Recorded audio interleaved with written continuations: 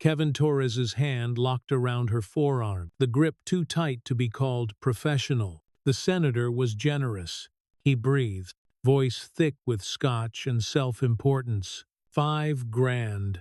To forget what you saw, that's more than you make in a month. Under the stiff cotton of Natasha Williams's apron, a red light pulsed once. The phone pressed against her hip recorded every syllable, every scrape of his breath against the sterile air. The corridor behind Elegance smelled of bleach and lemon oil, clean only for show.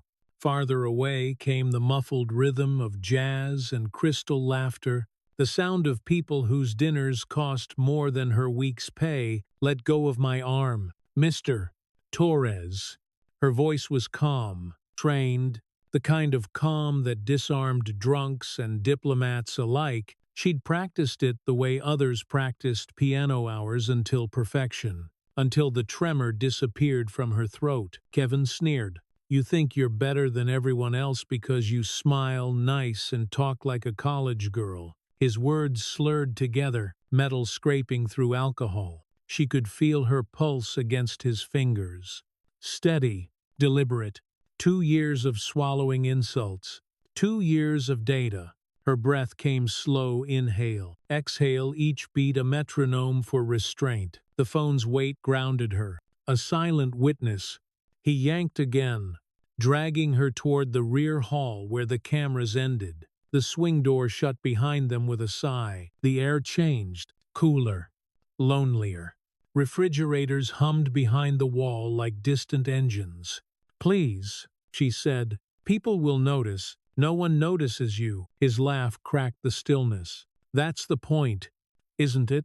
You're invisible." He saw a waitress. He missed the strategist. Natasha kept her gaze on the floor, tile, white cracked lines that looked like fault maps. The smell of over-sanitized surfaces burned her nose. Somewhere above, a fluorescent bulb buzzed in uneven rhythm, a dying insect of light. Kevin leaned close enough for her to feel the heat off his face. "You could have taken the money. You could have been smart." He thinks silence is obedience. It's observation, she thought. Her wrist twisted just slightly, adjusting the angle of the apron pocket so the microphone faced him better. "I don't take bribes," she said. "Not from senators. Not from anyone." His chuckle came out jagged. "Maybe we should have a little chat in the bathroom. Clear the air. Private." The muscles in her neck tightened. For a moment she imagined the polished marble floor out front, the way guests complimented Elegance's spotless mirrors. None of them knew about this narrow passage, the artery of rot beneath refinement. "You don't want to do that, Mr. Torres." "Oh, I don't." His grin widened, yellow under flickering light. "Who's going to stop me? Your husband, that broke mechanic who can't fix his own life." Natasha lifted her chin, eyes meeting his for the first time. "You should really let go." The next voice didn't come from her. It came from behind Kevin, cold and precise. "I'd say you should let go of my wife. Now." The words sliced through the hallway, clean as steel through silk. Kevin froze. The pressure vanished from her arm, replaced by the prickling sting of released blood flow. From the darkness near the service exit, a figure advanced, tall, measured, deliberate. The expensive fabric of his suit caught the weak light like graphite. 2 men followed a few paces behind, heavy-shouldered, silent. Alessandro Moretti didn't raise his voice. He didn't need to. Each step he took shortened the distance between civility and reckoning. Kevin's mouth worked before the sound arrived. "Mr. Moretti, sir, I didn't know." Natasha turned slightly, feeling the air shift around her husband, the weight of a different world colliding with hers. For 2 years she had kept those worlds separate, building credibility. One tray, one reservation, one insult at a time. Alessandro stopped exactly 1 meter away. His gaze flicked to Kevin's hand, then back to his eyes. "You have 3 seconds, he said softly, "to explain why you're touching my wife." The freezer hum deepened, filling the pause. Kevin's tongue darted over dry lips. It was a misunderstanding, a training issue, a misunderstanding. Alessandro repeated, almost kindly. You called her insolent little black girl and dragged her into a blind corridor. That's quite specific for confusion. The hallway contracted around the three of them, somewhere far behind. A tray dropped. The clang rang down the metal spine of the building. Natasha said nothing. She watched Kevin shrink, watched arrogance collapse into apology. She'd imagined this moment differently. Anger, confrontation, but calm felt sharper. Every heartbeat of his panic printed itself on her recording. Inside the apron, the red light kept blinking. Kevin's smile tried to form and never got there. It twitched, then broke. Sir, she's been difficult. There were questions about procedures. She misunderstood an order, and Alessandro's head tilted a fraction, as if he were listening for something under the words, the way one listens for a leak behind a wall. An order, he said, like taking a cash envelope from a United States senator and pretending a forged receipt grew wings. Kevin's pupils flickered, his throat clicked. The hum of the freezer seemed to crawl over the tiles. No, sire, of course not. This is hospitality. You know how it is. We handle delicate clients. Delicate. The word hung in the cold air like perfume that had gone sour. Natasha kept her shoulders square, and her breathing even, the phone's small rectangle pressed against her hip bone, familiar now, as present as her own posture, as persistent as her own memory. 2 years had taught her to gather, not chase, to let men like Kevin talk, until they handed you the rope and the knot. Delicate clients. Alessandro echoed. His voice wasn't loud. It simply left no space for lies to land. You dragged my wife into a corridor with no cameras and put your hands on her. Explain that part in a way that makes you proud.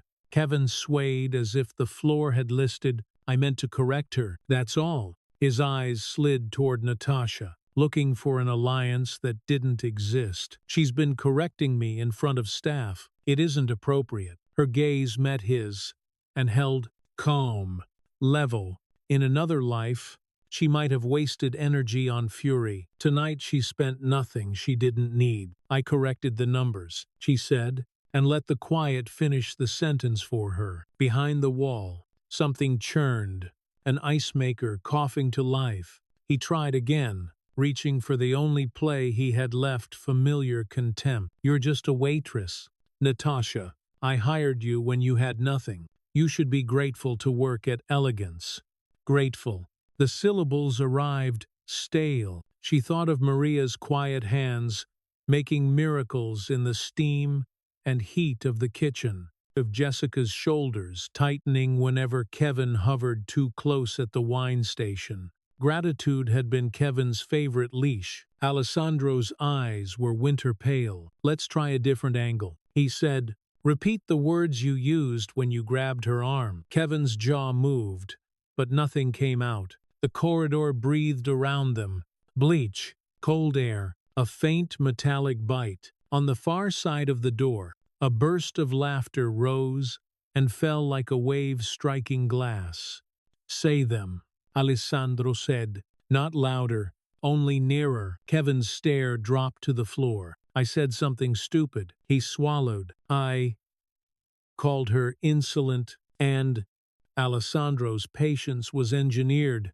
The man could have said please and made it sound like a warning. Kevin's tongue pushed against a tooth, as if searching for a safe version of the night. None existed. I said little black girl. The last word hit tile and shattered. The recorder didn't flinch. It took everything. His tone, the timing, the shame coming late. Natasha didn't blink. She'd catalogued every small cruelty, the way an archivist catalogues letters. Date, time, location, context. Another entry, another notch. She shifted her weight and felt the phone's edge through cloth, the way a chess player feels the exact travel of a piece before a final move. You think you're better than everyone, Kevin added. Small now, a boy blaming a mirror. You correct things. You make notes. A breath opened in her chest. I make notes when notes are necessary, she said. Precision is part of the job. Alessandro's gaze flicked to her, a thread of warmth under steel. He turned back. And the envelope, he asked Kevin. Explain why a senator left $5,000 with you tonight. Kevin's eyes cut toward the door as if the dining room might save him. Senator Richardson. He was settling a tab. The last word sounded like an apology, not a bill. A tab, Alessandro repeated. Do tabs usually require altered receipts? Silence swelled. From somewhere down the hall, a compressor started. A deep animal breathing. Natasha watched him fail to invent a plausible world. Men like Kevin lived inside bubbles of advantage. So long the air outside felt fatal. He took a step toward her without meaning to. Palms out. We can work this out. Natasha, you and I. We've had good shifts. You know how it is. High-profile rooms need flexibility.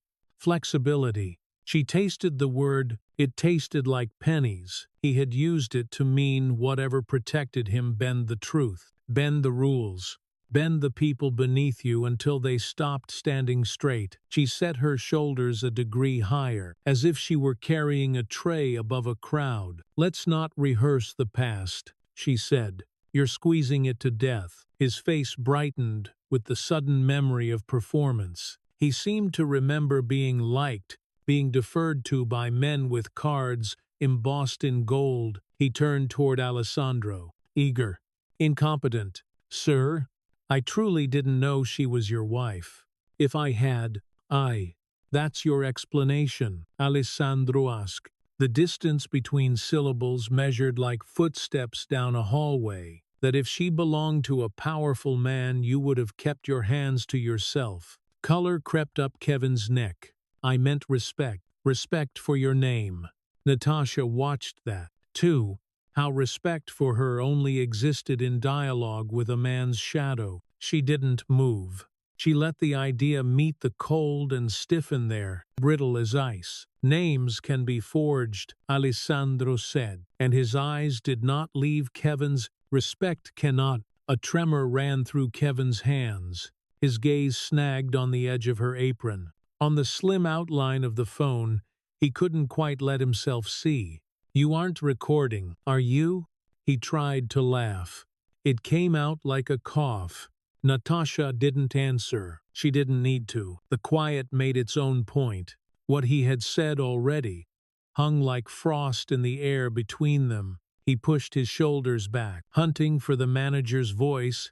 He wore like a well-tailored suit. Look, he said, and the word cracked. Natasha has been questioning procedures. She refused a simple order. I was addressing a personnel issue away from guests. That's all. I would never. His eyes darted to the absent cameras. I would never risk the brand. The brand, Alessandro said, almost thoughtful. You mean Elegance? The name tasted different in his mouth, closer to its dictionary definition than to the gold-lettered sign out front. The neon glow didn't reach here. Here! The word shrank to fit the hall. Elegance is what we sell. Kevin rushed on, sensing a thread he could pull. Experience. Discretion. We keep our clients happy. We keep our staff in line. He swallowed.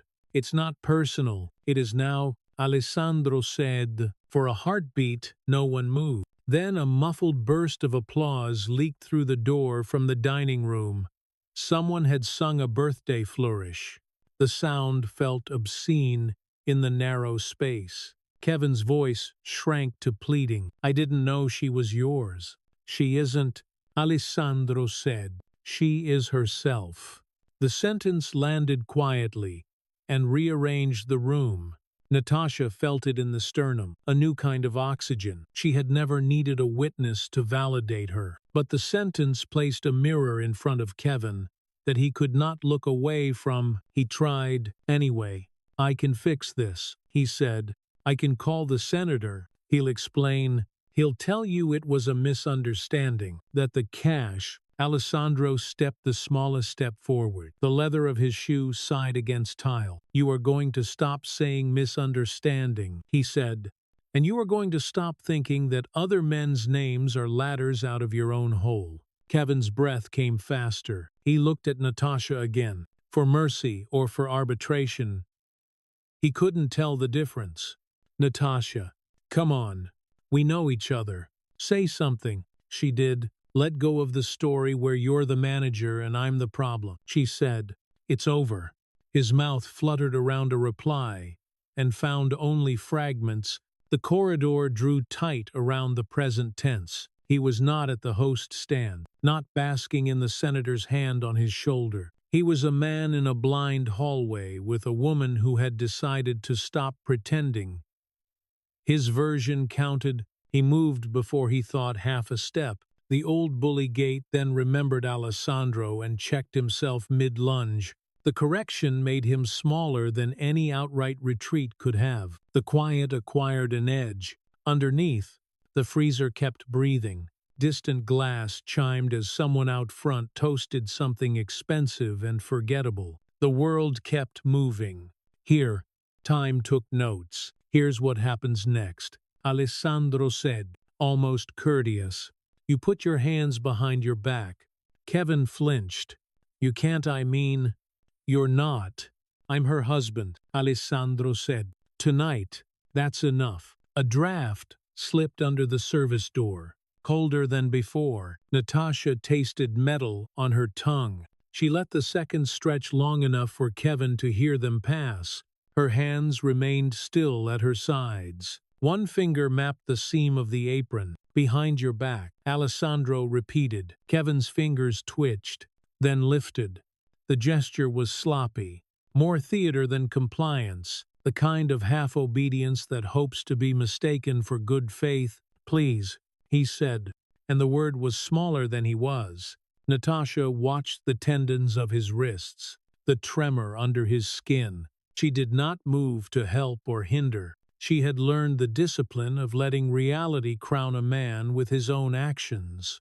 He looked up at her one more time, confused that the power he'd spent years assuming might not be there to be gathered. "You can't do this to me," he whispered. A soft line formed at the corner of her mouth that wasn't a smile. "Kevin," she said, voice level, "you did this to yourself." For a second, nobody breathed. The corridor seemed to hum on its own heartbeat. Then Kevin's mouth found motion again. "You don't understand," he said quickly. "I've run this restaurant for 5 years. The senator trusts me.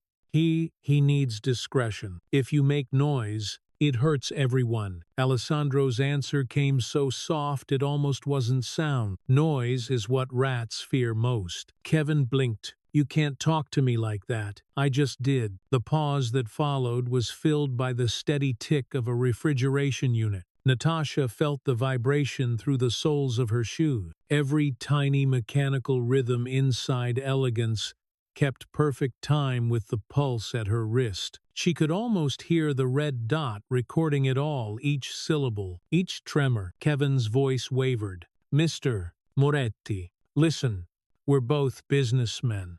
You know what the press can do? You don't want a scandal. I can smooth this over. Handle the senator. Make this disappear." "Disappear," Alessandro repeated. The word rolled slow, deliberate. "That's what you tried to do with my wife just now." Natasha shifted slightly, letting the narrow beam of light strike Kevin's face. The sheen of sweat made him look lacquered. For a moment she saw the version of him that charmed donors and judges, the practiced grin. It had always been theater. Tonight the stage lights were too bright. Kevin tried again, searching for a script. "Natasha, tell him we've had good service records." "Right. You know me." She met his gaze. "I know your handwriting on falsified receipts." He blanched. "You what?" Her fingers touched the edge of her apron pocket, steadying the phone. "You've been altering numbers for months. I keep copies. Every time you changed an amount after closing, I printed the originals." A soft sound came from Alessandro. Approval, not surprise. "You keep good records," he said. Kevin's eyes darted between them, desperate for a weak link. "You can't prove." "I can," she said, and took one careful step forward. "Every document carries a timestamp. Every signature carries your pen pressure. I learned to read them." The hallway seemed to tilt. He stumbled back until his shoulders met the wall. The impact knocked a framed safety poster sideways. "You went through my files. You left them on the office printer," she said. "I picked them up with the menus." The small factual tone hurt worse than accusation. Kevin looked at Alessandro again. "You can't believe this." "She's..." "Enough." Alessandro didn't raise his voice. It arrived like a door shutting. "You keep saying can't. You should start asking what now." Kevin's breathing turned loud. "I have connections. Judges. Investors. If you push this..." "Judges," Alessandro interrupted. "Morrison. Walsh. Names. Yes. You'll want to call them later. Use your one phone call wisely." That froze him. His throat worked soundlessly. Natasha watched the truth ripple across his face. The dawning comprehension that something larger than embarrassment was unfolding. He had mocked her invisibility for years. Now invisibility surrounded him, turning walls into witnesses. He whispered, "What is this?" "It's the end of your misunderstanding," Alessandro said. Kevin's knees softened. "I can cooperate," he babbled. "You'll need insiders. I can help." Natasha drew a slow breath. The air smelled of disinfectant and citrus rind, sharp enough to sting. "You already have," she said. "You've been helping for 6 months." He stared at her. "What does that mean?" She didn't answer. She just looked at him, the calm of documentation itself. Behind her, Alessandro checked his watch, its face reflecting a brief flare of light. "Time," he murmured. Kevin's voice cracked. "Time for what?" "For consequences." Somewhere near the front of the restaurant, a muffled commotion began. Doors. Footsteps. Radios. The first siren outside was still distant but growing. Kevin heard it too, his mouth open, forming the same useless denial over and over. "I didn't know." Natasha almost pitied him. Almost. She had spent 2 years collecting evidence of how easily he justified cruelty, how lightly he handled the dignity of others. Now the sound of approaching authority made him small enough to fit inside the lies he had told. He whispered again, "Please." She turned away from him for the first time, adjusting the strap of her apron as if ending a shift. The phone inside kept blinking, steady as a heartbeat. Kevin's back slid along the wall until he was sitting on the tile, hands flat against the cold. The smell of ammonia hung thick between them. Out front, the dining room music stopped mid-song, replaced by the rising rhythm of voices that didn't belong to customers. "You hear that?" Alessandro asked. His tone wasn't cruel, it was clinical. Kevin shook his head. What's happening?" "Accountability," Alessandro said. Natasha stood still, letting the noise reach her first. It came as a vibration through the soles of her shoes, the cadence of boots, of purpose. For 6 months she had imagined this sound, the moment when everything she had recorded would turn from file names into consequence. Kevin pressed a palm against the floor to push himself up. "This is a mistake. You can't." She looked down at him. "Every time you said you can't, you were wrong." He stopped trying to stand. Through the glass of the service door, blue light flickered once. Then again, rhythmic as breathing. A voice called something muffled and official. The restaurant's hum of luxury dissolved into panic static. Alessandro turned toward Natasha. "You ready?" She nodded. Her pulse stayed slow. "Precise. It's all cataloged, dated. Signed. He studied her for a heartbeat. Pride flickered across his features, not for conquest, but for confirmation. Then it's done. Kevin's voice broke into the space between them. Please? My family. My kids. You don't have to ruin everything. Natasha's expression didn't change. You already did that. The hallway filled with footsteps.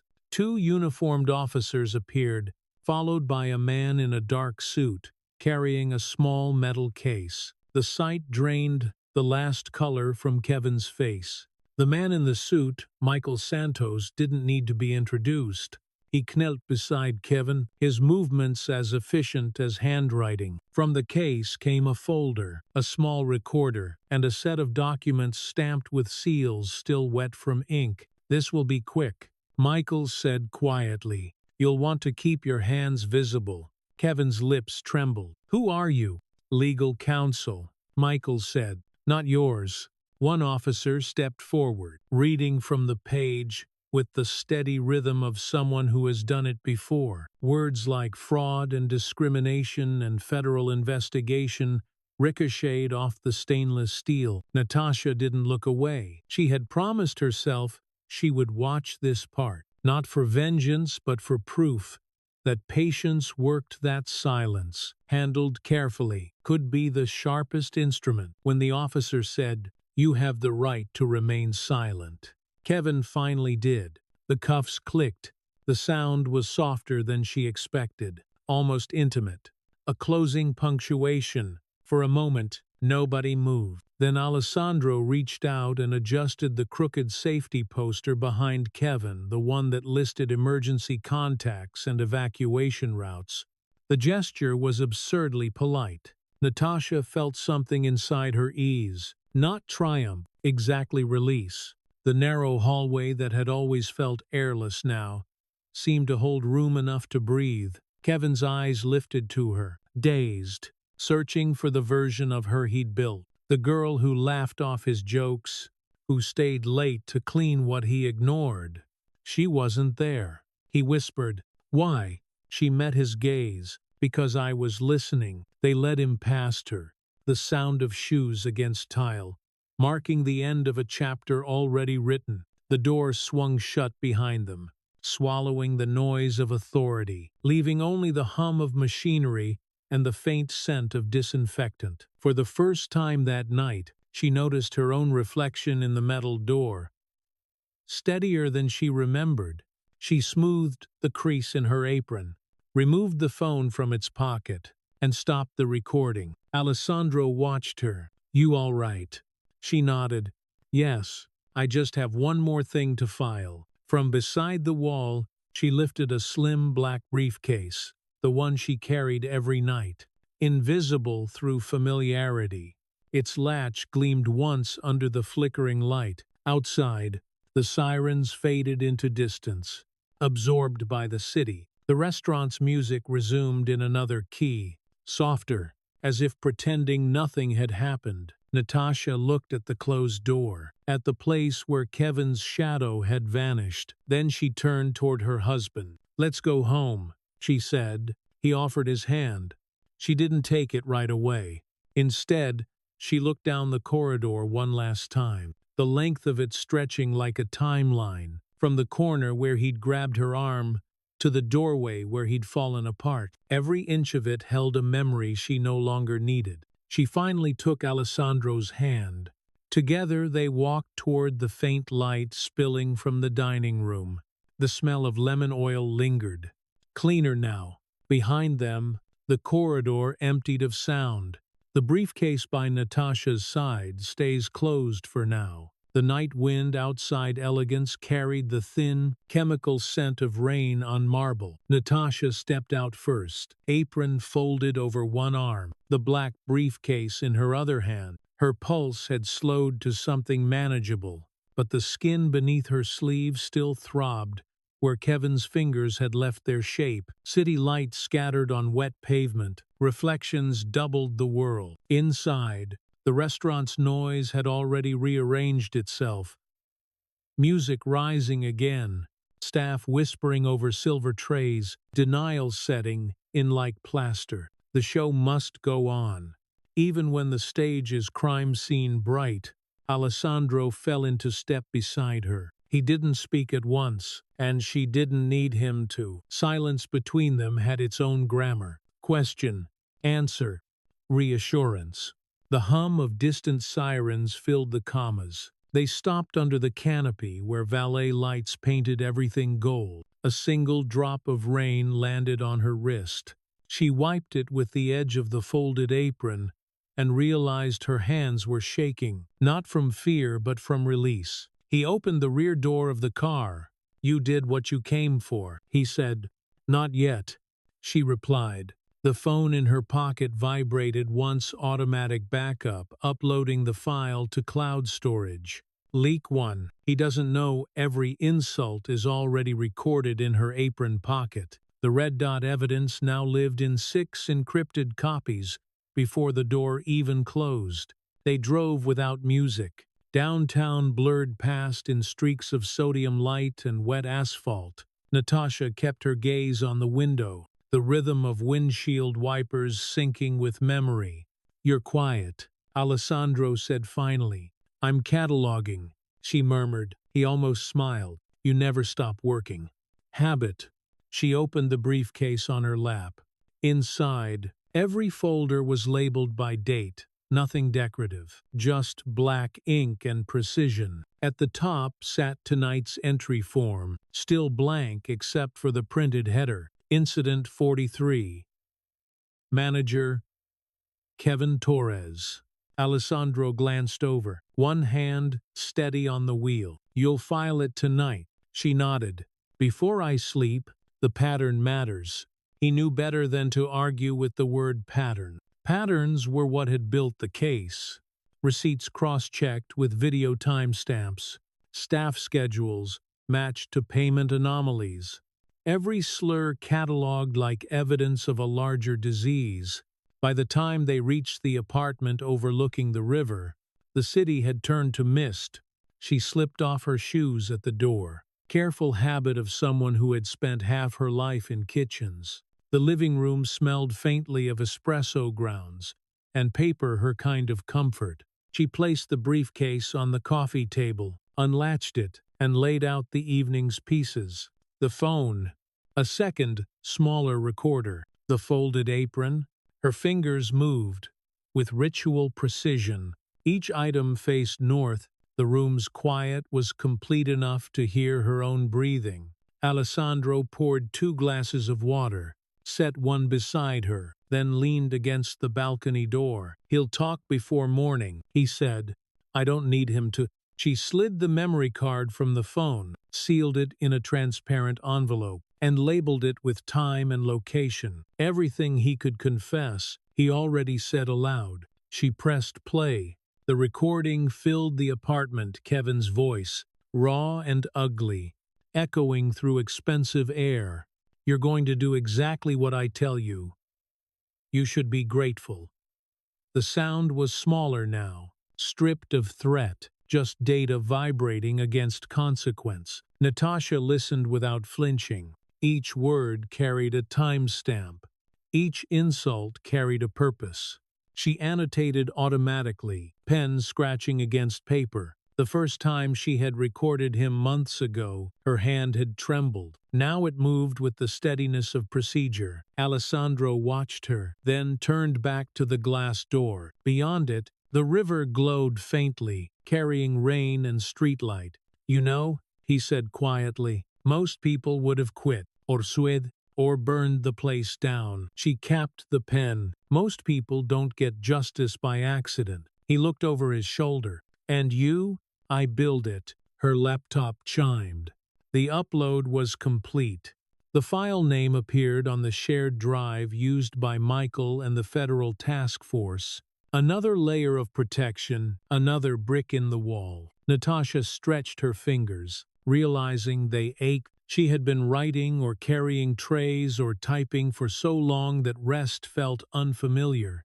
"Tomorrow they'll seize the financials," she said. "By noon the receipts will align with the digital copies. Once the numbers match, Kevin becomes the key to what's left of the network." Alessandro finished. He walked over and brushed his thumb along her wrist, over the faint red mark. "I won't sleep tonight." "Neither will I," she said, and opened the next folder. At 2 a.m., rain turned serious. The sound against the windows was steady, hypnotic. Natasha moved to the kitchen, the small light under the cabinet painting her skin. The color of amber, she brewed tea out of habit. The hiss of the kettle filled the silence where Kevin's voice had been. She remembered the first night she'd decided to record him. A private party, 3 senators, 1 judge. Kevin had joked about cleaning up the credit card trail. The line had landed with laughter, from men who wore power like aftershave. She'd gone home that night and read about whistleblower statutes until dawn. She sipped the tea. 6 months of whispers, 6 months of evidence, every racist joke, every forged signature, every handshake done in shadows, now condensed into data points. The beauty of data was that it didn't forget. On the counter, the phone blinked once. A message from Michael. "File received. Chain verified. Rest." She smiled faintly. Rest wasn't the plan yet. Morning blurred into pale gray. Natasha dressed without thought. Black blouse, jeans, hair pulled back in a low knot. The bruise on her arm had darkened to plum. She regarded it in the mirror, then buttoned the sleeve over it. Documentation first, emotion later. Downstairs, Alessandro was already on a call. Voice crisp Italian over English syllables, arrangements for legal transfers. Security coordination. She slipped past him with a kiss on his shoulder. Unspoken thanks. The elevator's mirror caught her reflection again. Not waitress, not investigator, not hero, just a woman in motion, doing what needed to be done. At Elegance the next day, the air tasted of bleach and fear. The staff moved in whispers. Someone had already told the story wrong. Something about an incident, about police misunderstanding. Natasha walked through it quietly, head high, the way you walk through smoke, knowing the fire is elsewhere. Maria caught her near the service station. "They said you're suspended," she whispered. Natasha smiled gently. "They say a lot of things. Is it true? About Mr. Torres?" Natasha didn't answer directly. She looked toward the hallway, now taped off. The same lemon oil shine hiding the absence. "Take your break on time today," she said instead. "You deserve it." Maria's eyes glistened. "Thank you." Natasha moved on. Every sound in the restaurant carried new meaning. The clink of glasses, the hiss of a steam wand, the soft click of her heels across marble. Beneath it all, she heard the buzz of servers, talking about the woman who stood up to the boss. They didn't know yet that it wasn't defiance. It was evidence. In Kevin's office, sealed now by tape agents, were already working. Natasha handed over the second phone to the technician. A young woman with neat handwriting. "Audio file," Natasha said. "Tag 43. The tech checked the metadata. Thema stammt 20. Sherlock. Cicerar. Integrity confirmed. She logged it with a steady voice, signed the chain of custody sheet, and handed Natasha a copy. The form felt heavy in her hand. Proof made physical. "Thank you," the tech said quietly. "Not everyone has your kind of courage." Natasha shook her head. "It's not courage, it's structure." By noon, reporters gathered outside. Cameras flashed through the tinted windows, hungry for a statement. Natasha waited in the back corridor where everything had begun, now cordoned off with yellow tape. The same fluorescent light still buzzed overhead. She found herself counting the flickers, 8 per second. Michael appeared, suit immaculate as always. "You okay to give a short statement?" he asked. She nodded. "Facts only." "Good. The Bureau appreciates restraint." Natasha almost laughed. Restraint built the case. He smiled at that, a brief human crack in his professional armor. "You just made my job easier." Outside, the microphones waited like open mouths. Natasha stepped forward, wind tugging at her sleeves. The reporters shouted questions. Did he assault you? Were you working with the FBI? Is it true you're connected to the Moretti family? She let them fall away until the noise became one sound, like surf. When it died down, she said, "For 6 months, I documented workplace misconduct and corruption inside this restaurant. Last night, that documentation was turned over to federal authorities. The investigation is ongoing." Flashbulbs erupted. She didn't flinch.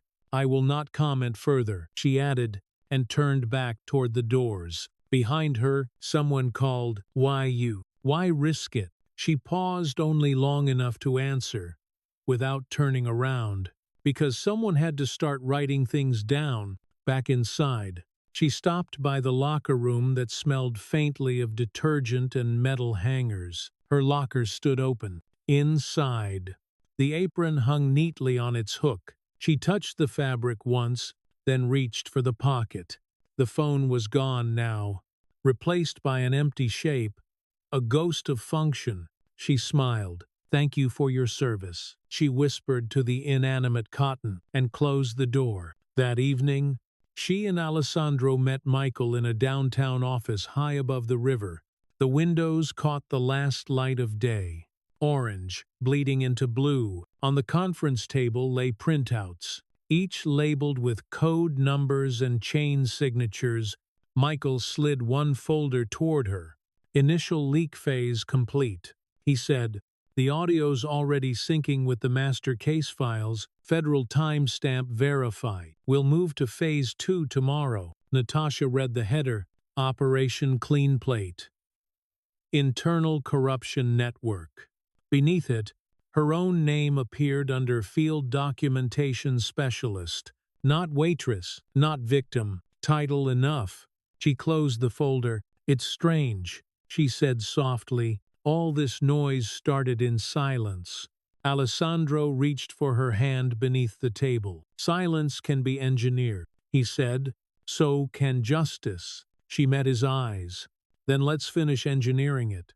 Later, as they left the building, the city glittered below glass towers reflecting the river's slow movement. Natasha breathed in the cold air and tasted iron and rain. Somewhere behind her, in one of those towers, servers were still copying her recordings. Lawyers drafting press statements. She felt detached from it, not distant but above, like someone watching machinery she had designed begin to run on its own. She didn't need to see Kevin again. She didn't need an apology. The only sound she wanted was the small, satisfying click of a recorder turning off. She whispered to herself, not for memory but for rhythm. 43 files. 43 truths. More to come. The briefcase at her side caught the streetlight closed, locked, quiet as confidence. And with that calm certainty, she stepped into the rain, the city opening around her like a case already solved. Morning news broke like a bruise across the city, purple headlines blooming on every screen. Manager questioned in corruption probe linked to Senator Richardson. The photo was grainy but unmistakable. Kevin Torres, eyes half closed against the camera flash.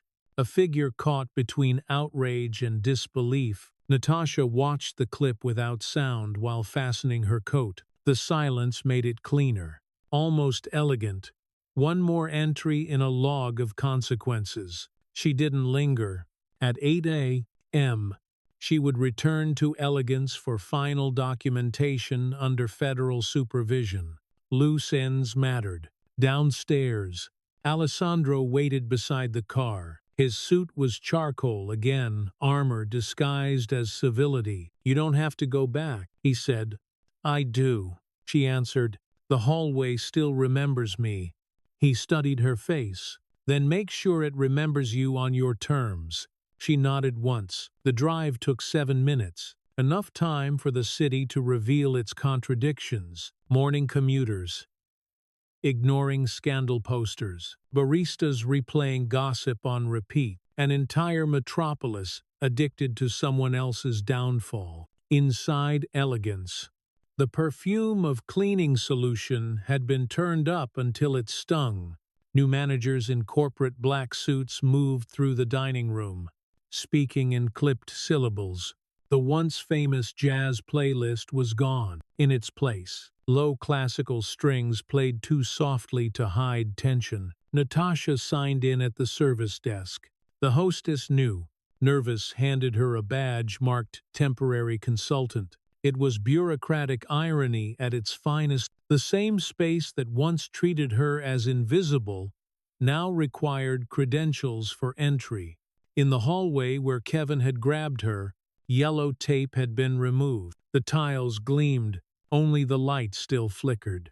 Rhythmic, the heartbeat of the past, replaying for those who knew how to hear. Maria peeked out from the kitchen. "They said you'd come," she whispered. "It doesn't feel the same without him shouting." "Good," Natasha said softly. "That's the point." A cluster of federal investigators waited near the storage room. Michael Santos stood among them, tablet in hand, his composure flawless as ever. "Morning," he greeted. "We're cataloging physical evidence. You're clear to observe." Natasha joined him, eyes tracing the new order of things. Every drawer bore a numbered tag. The walls wore labels like veins mapped for surgery. For the first time, Elegance looked honest, sterile, dissected, stripped of performance. Michael tapped the tablet. "We've reconstructed cash flow for the past 18 months. Kevin handled 92 irregular transactions. All signed. Pen pressure will confirm it," she said automatically. He smiled slightly. "You memorized his handwriting. I memorized his patterns. Handwriting was just the accent." They moved deeper into the corridor. Natasha could feel the echo of that night. The heat of his grip, now replaced by cold professionalism. One agent photographed the wall where her shoulder had hit tile. Another scraped microscopic residue for prints. It was surreal, like watching a play reenacted in documentary tone. Michael paused beside her. "You all right?" "I'm calibrated," she said. "Not fine. Not broken. Calibrated." He nodded as if that were a language he understood. Near noon, Alessandro arrived. He walked through the restaurant like a quiet storm, security staff parting before him. Conversation hushed automatically, instinctively. His presence changed gravity. When he reached the corridor, Michael straightened. "Mr. Moretti," he said, offering a handshake that hovered between respect and caution. "We're concluding the sweep." Alessandro's gaze passed over the room agents. Lights. Evidence markers then found Natasha. "Anything left to record?" he asked. "Only his excuses," she said, as if summoned by irony. Kevin's voice erupted from down the hall. The officers escorting him had arrived early for a final property retrieval. His wrists were cuffed, jacket rumpled, eyes wild with disbelief. He saw Natasha first. You set me up." The agents tensed. Alessandro's bodyguards shifted, but didn't move. Natasha held her ground. Kevin lunged half a step before metal stopped him. "You were nobody," he spat. "You smiled for tips. You scrubbed plates. Without me. She cut him off gently. "Without you, the receipts would have balanced." His words faltered. The silence that followed was heavy with recognition. He knew she wasn't improvising. Every number she'd ever mentioned was exact. Michael stepped forward. "Mr. Torres, this area's restricted." Kevin ignored him. "You think this ends with me? You think those senators will let a waitress ruin them?" Natasha regarded him like one might regard a museum exhibit something ancient preserved in arrogance. "You already ruined them," she said. "I just pressed record." He blinked, unsure whether she was serious. Then she reached into her coat pocket and produced a small playback device, the same model used for field testing. She pressed a button. Kevin's own voice filled the corridor, tinny but clear. "You're just a waitress I took pity on." The walls seemed to contract around the sound. Agents froze, mid-motion. Alessandro didn't move at all. People like you should be grateful to have a job. Kevin's face drained. Where did you? Here, she said simply, nodding to the tiles beneath them. Same spot, same words. For a moment he looked ready to collapse again. But pride kept him upright. That recording's illegal. You can't.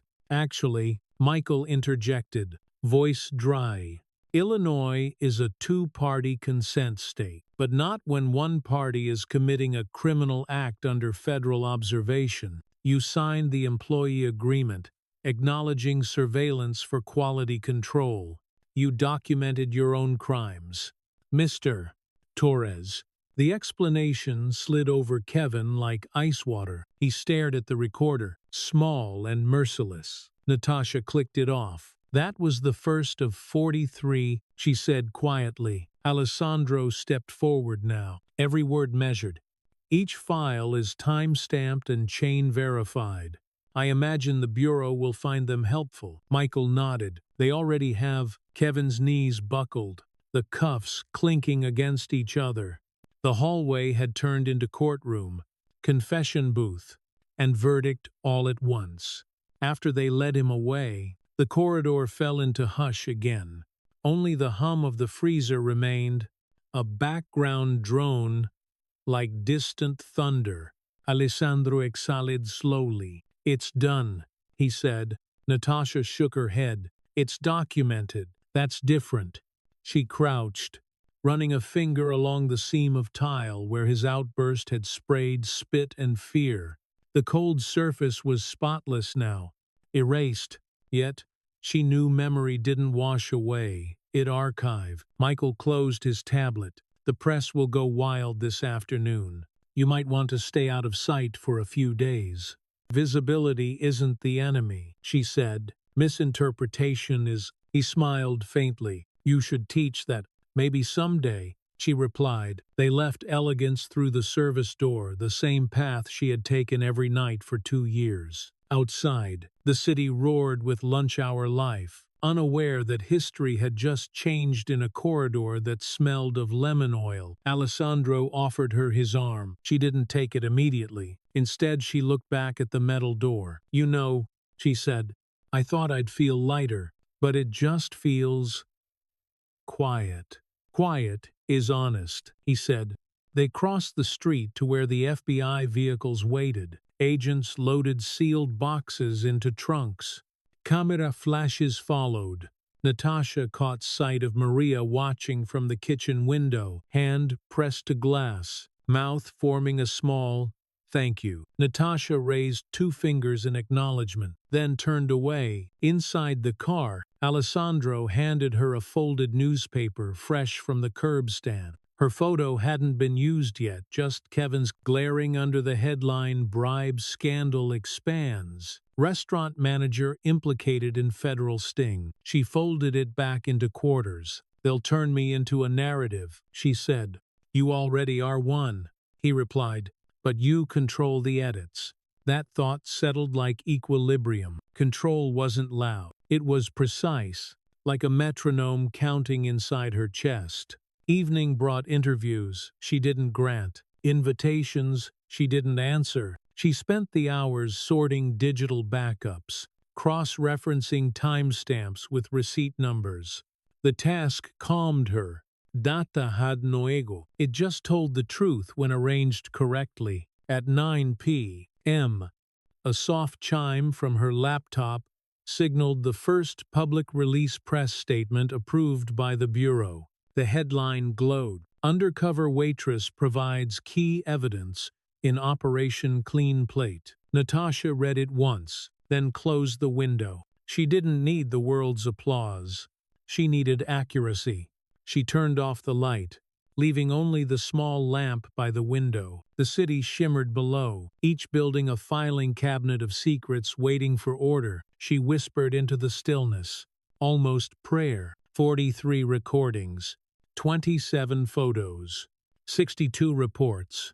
The rhythm steadied her heartbeat. Across town, In a holding cell, Kevin stared at a blank wall, replaying the same line he'd thrown at her 2 nights earlier. "You should be grateful." It echoed back, distorted, meaningless. Somewhere in the evidence room, the digital file of that sentence sat sealed, tagged, and permanent. At home, Natasha opened her briefcase one last time before sleep. Inside lay the original notebook from her first week at Elegance, pages filled with prices, shifts, and beneath them, in finer handwriting, dates, initials, amounts. She touched the ink as one might touch a scar, proof of endurance, not pain. Outside, thunder rolled low across the lake, a reminder that storms never truly ended. They only moved further down the coast. She closed the briefcase, snapped the lock, and turned off the light. The apartment settled into hush, the same kind of hush that had begun everything. Tomorrow, the world would talk. Tonight belonged to documentation. And in that dark, deliberate quiet, the record kept breathing on its own. The city spoke louder than any statement she could have made. Headlines bloomed across digital screens. Like fever, Waitress exposes political web. From apron to evidence, Operation Clean Plate unravels Chicago elite. Every newsstand carried her shadow. Every morning show repeated her name in the rhythm of astonishment. Natasha Williams, once the woman carrying trays through the glow of elegance, now occupied the same air as senators and judges, and none of them wanted to breathe near her. She stood by the window of her apartment, watching the city pulse below. Traffic crawled, horns layered like static. On the kitchen counter, her phone vibrated non-stop. Reporters, activists, university professors, wanting interviews. Alessandro had muted most of them. 300 requests since dawn, he said, scanning a tablet. Fox wants exclusives. CNN wants morality. Everyone wants a version that flatters their angle. Natasha didn't look away from the glass. Angle distort truth. Exactly why we stay quiet, he replied. She turned from the window. Silence again. Silence as leverage. Alessandro corrected. Right now, they're guessing your motive. Let them. She exhaled, half laugh, half fatigue. Funny. I built this case by recording words. Now everyone wants to fill the silence I leave behind. By midday, the Bureau had arranged a controlled press conference not for Natasha to speak, but to release verified documents. The auditorium was packed. Suits, cameras, whispers. Michael stood at the podium. Natasha and Alessandro watched from a discreet balcony above, the vantage point of strategists rather than participants. Michael's voice carried steady authority. Operation Clean Plate exposed coordinated corruption involving 12 politicians, 8 judges, and 15 business entities. Evidence provided by Ms. Williams, acting in cooperation with federal agents, includes over 40 hours of recordings and documented financial discrepancies totaling $22 million. Cameras flashed, pens scraped paper, no adjectives, no sensationalism, just numbers, time, and names. Down below, a journalist raised her hand. Where is Ms. Williams today? Will she speak? Michael's pause was deliberate. She has chosen reflection over commentary. Natasha felt the room shift under those words, a collective inhale of speculation. In an era addicted to confession, withholding was its own rebellion. She whispered to Alessandro, reflection over commentary. He smiled faintly. Sounds like you. Outside, the world responded with chaos, disguised as admiration. Hashtags flooded. Justice served. Waitress warrior. Clean plate heroine. Comment sections turned battlegrounds. Talk shows argued over her race, her marriage, her methods. Strangers defended her online as if defending themselves. At a nearby cafe, two women debated loudly over the front page. She must have planned this for years. One said, the other shook her head. No, she just snapped. People like hair get pushed until boom. Natasha walked past them unseen, hood pulled low. The irony wasn't lost on her. She had turned invisibility into power. Now visibility felt like exposure. Inside her chest, the rhythm of engines and voices merged with the same calm she had cultivated for months, listening, documenting, waiting. She sat at the counter and ordered coffee. The simple act of anonymity.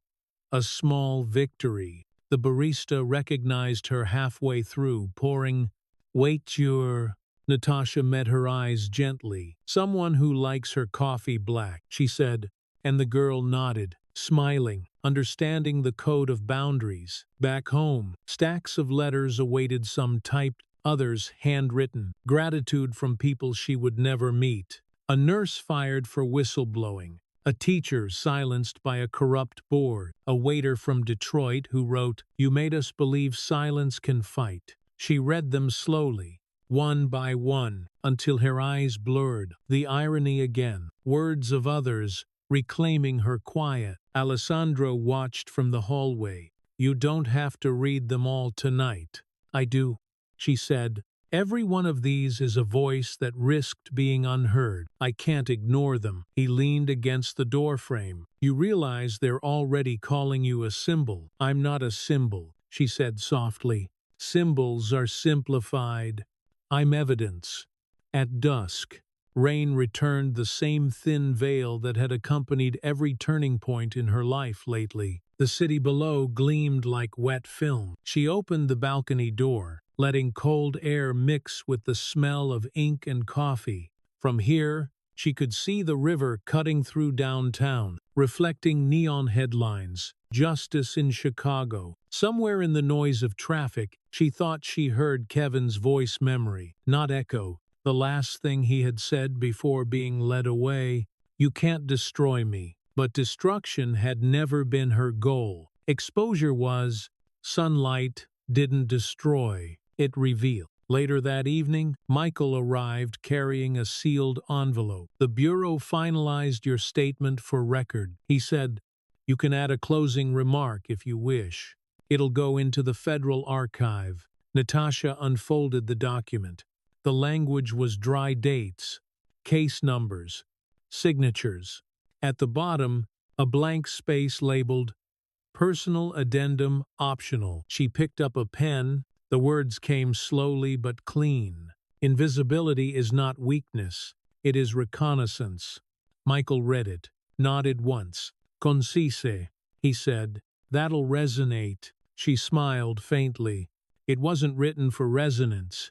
It was written for record. For the next 2 days, she disappeared from public view. No interviews, no appearances. The world filled her absence with theories, some flattering, some venomous. That was fine. Every minute of misinterpretation bought her time to prepare the next step.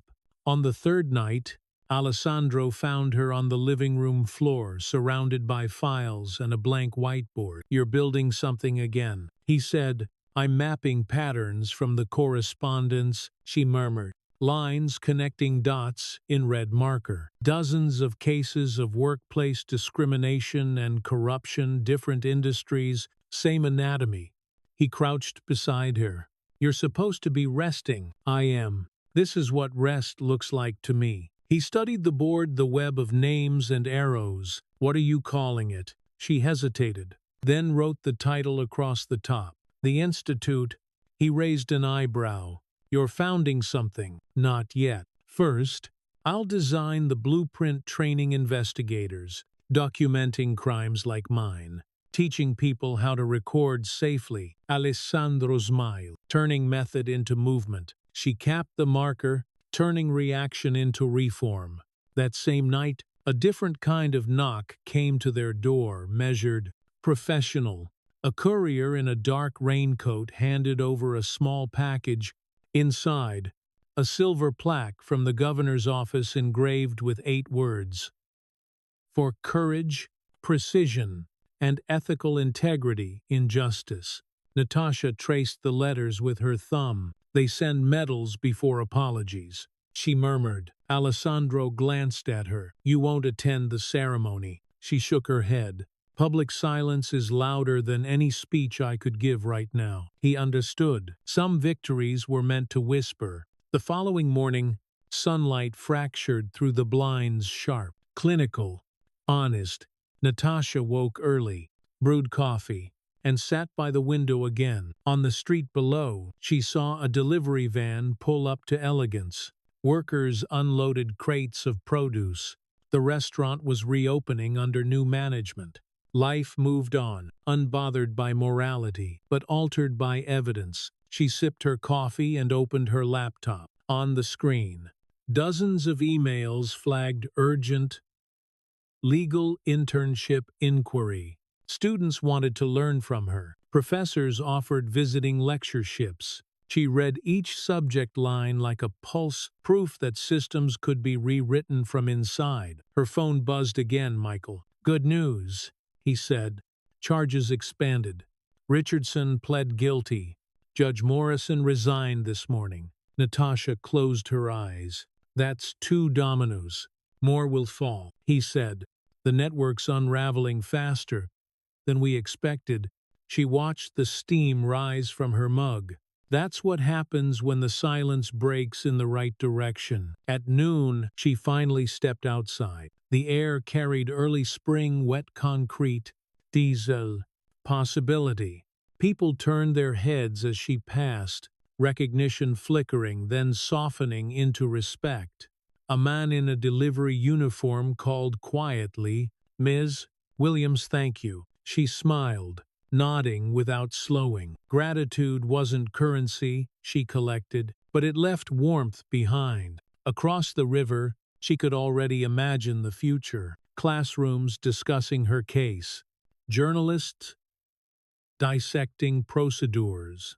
Students quoting her addendum line as mantra. Invisibility is not weakness. It is reconnaissance. The world had given her a microphone. She chose to leave it on mute for now. That night, Alessandro found her again on the balcony, city lights playing across her face. "They're still waiting for your first interview," he said. She leaned against the railing. "Let them wait. Sometimes silence needs an audience too." He studied her profile in the glow. "You realize the longer you stay quiet, the more they'll mythologize you. Then they'll learn that myths can be methodical." He laughed softly. "That should be your book title." "Maybe someday," she said. "For now, it's just a file name." The breeze lifted a few strands of her hair. Below them, the city murmured with late-night traffic, the soundtrack of transformation. Somewhere in a federal office, files with her signature were being archived, sealed in climate-controlled drawers. Future history, labeled with her initials. She felt no triumph, only completion, the kind of quiet that comes when justice doesn't need noise. Alessandro reached for her hand. "What will you do tomorrow?" "Same thing I did yesterday," she said. "Listen." Inside, the briefcase rested on the table, closed, immaculate, patient. It had carried evidence, strategy, revolution. Now it held blueprints for something larger. Natasha glanced at it once before turning off the light. In the dark, its silhouette looked almost alive, a heart beating beneath leather. Outside, thunder moved again over the lake, rolling toward another horizon, and as rain began its quiet percussion against the glass, Natasha smiled, the kind of smile that belongs not to victory, but to design. The summons arrived on a Wednesday morning, an official envelope, crisp and heavy, delivered by a federal clerk who spoke softly, as if carrying a verdict. Natasha opened it at the kitchen counter, the smell of brewed coffee mingling with paper and ink. Hearing notice. Committee on Judicial Ethics and Public Accountability. State of Illinois. Her presence was requested for sworn testimony. Alessandro read over her shoulder. They're moving faster than I expected. They have to, she said. The press has already convicted half the bench. He looked at her face. You don't owe them another word. She folded the letter carefully, aligning the edges. No, she said, but the record does. 2 days later, the state courthouse was a storm of cameras. Reporters clustered behind barricades. Microphones stretched like bayonets. Natasha stepped from the car wearing black and gray colors that neither provoked nor apologized. Her briefcase hung at her side like punctuation. Inside, marble floors echoed with the footsteps of ambition and fear. Michael met her near security. We've kept the scope limited, he said quietly. Questions will center on documentation methods, not motive. Good, she replied. Motives are for gossip. Evidence speaks cleaner. They entered hearing room 2B, a chamber of wood, microphones, and overhead lights, too white to forgive imperfection. A semicircle of officials faced the witness table. On each of their monitors glowed the same name, Williams, Natasha, primary source. When she sat, the chair creaked once, then settled. She placed the briefcase beside her chair, hands folded on the table. Across from her, the lead commissioner adjusted his glasses. Ms. Williams, he began, you understand you are under oath. I do. You were employed at Elegance restaurant for approximately 2 years. Yes.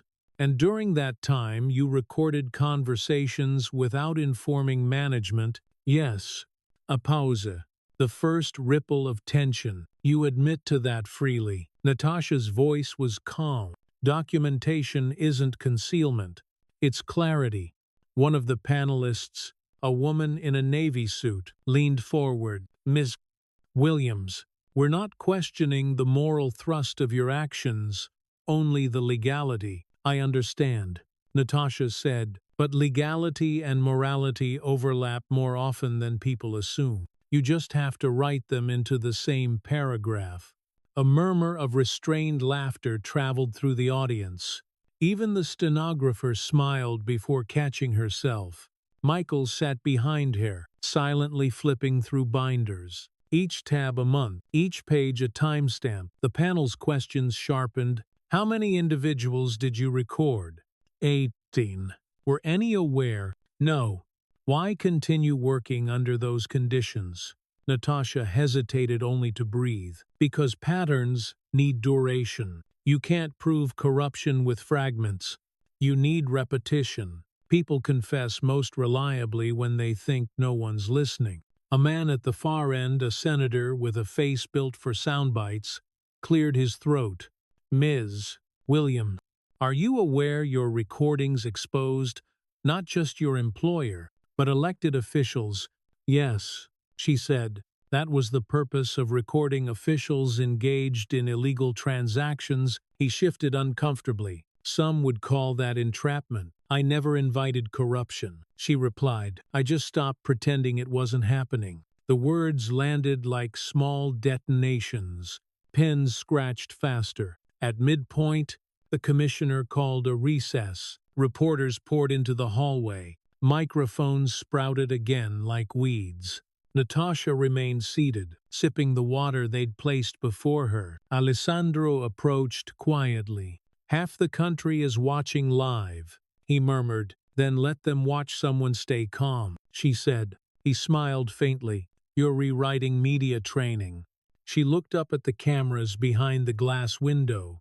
They taught me to carry trays without spilling. I just applied the same balance. When the hearing reconvened, the tone had changed. The officials looked more cautious now, as if realizing they might also appear on her recordings someday. Ms. Williams, said the chair, the committee has received numerous public letters, citing you as an example of systemic accountability. How do you respond to that characterization? I'm not a system, she said. I'm an audit. The room stilled. She continued, her voice even. Corruption survives, because people separate empathy from evidence. I didn't. That's all. Another panelist, a younger attorney with nervous energy, leaned in. Did you ever fear retaliation?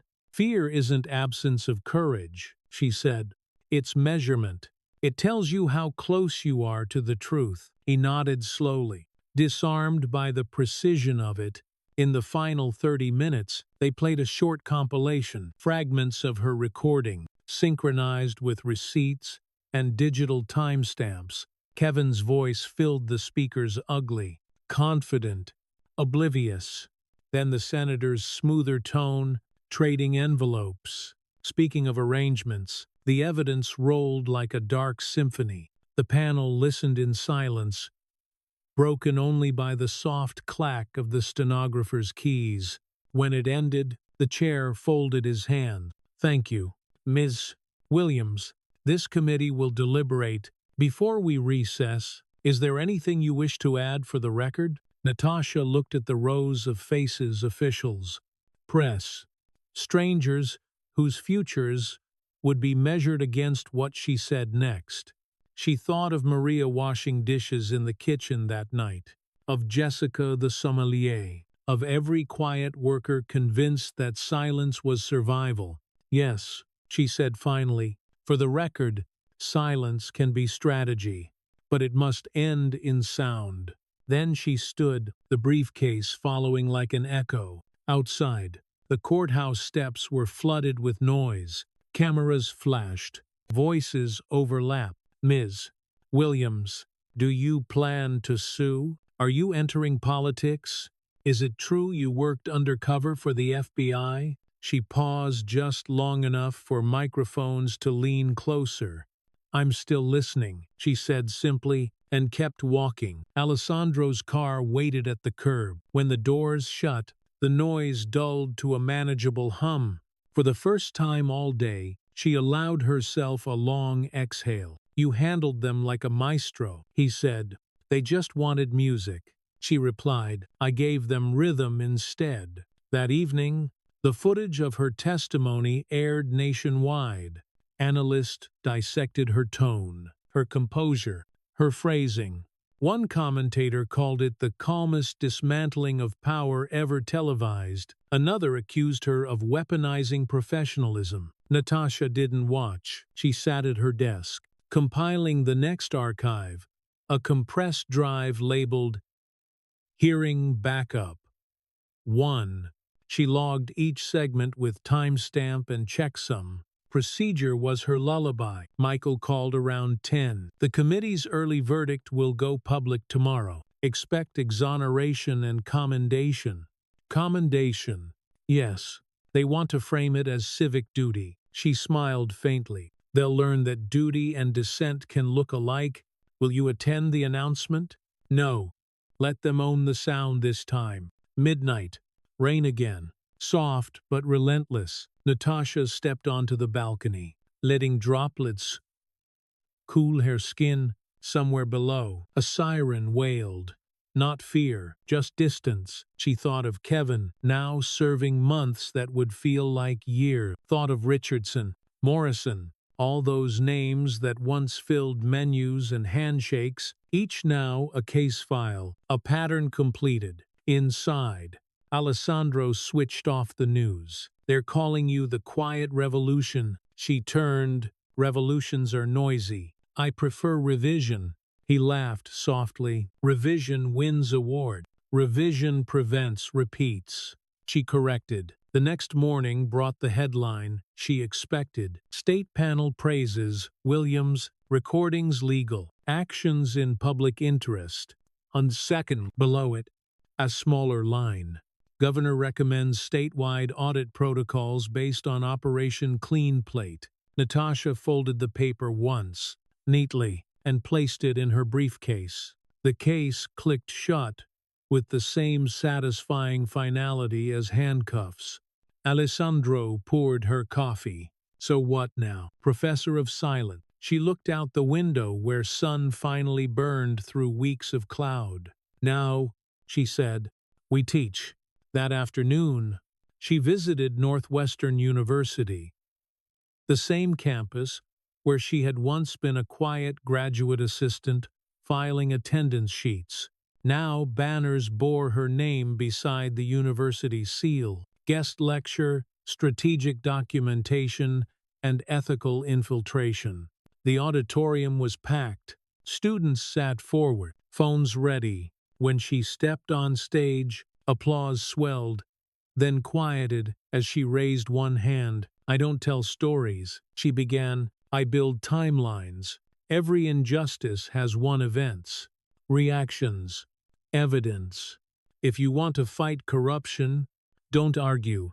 Record. The truth doesn't shout. It accumulates."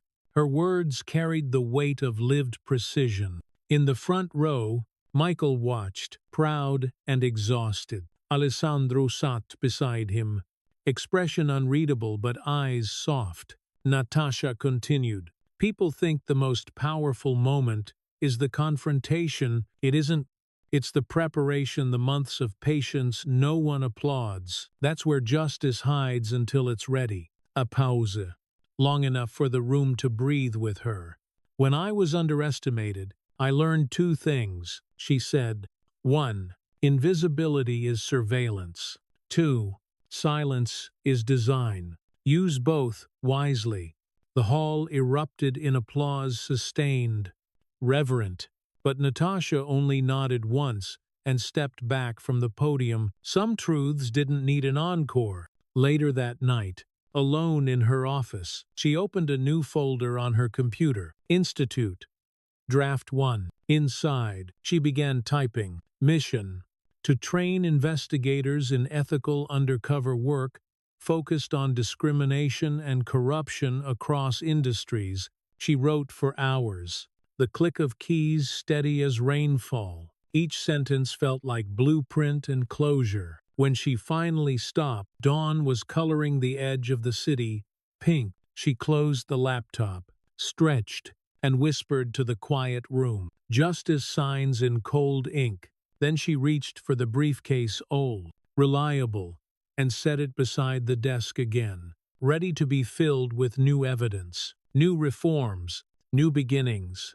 The world outside stirred awake, unaware that another system was already being designed to keep it honest. The lecture hall was still echoing applause when Natasha stepped outside into the cold night. Her voice lingered on the walls behind her, but she had already detached from it. Praise was pleasant, precision was better. On the plaza, Alessandro waited by the fountain, coat collar turned up against the wind. "You changed the syllabus for an entire department tonight," he said. She smiled, breath turning white. "Then let's build a place that teaches what universities can't." He looked at her, knowing that tone measured, decisive. "You already have the name picked out. The Williams Moretti Institute," she said. "Short, WMI, rolls off the tongue like a protocol." He laughed softly. "Blueprints begin."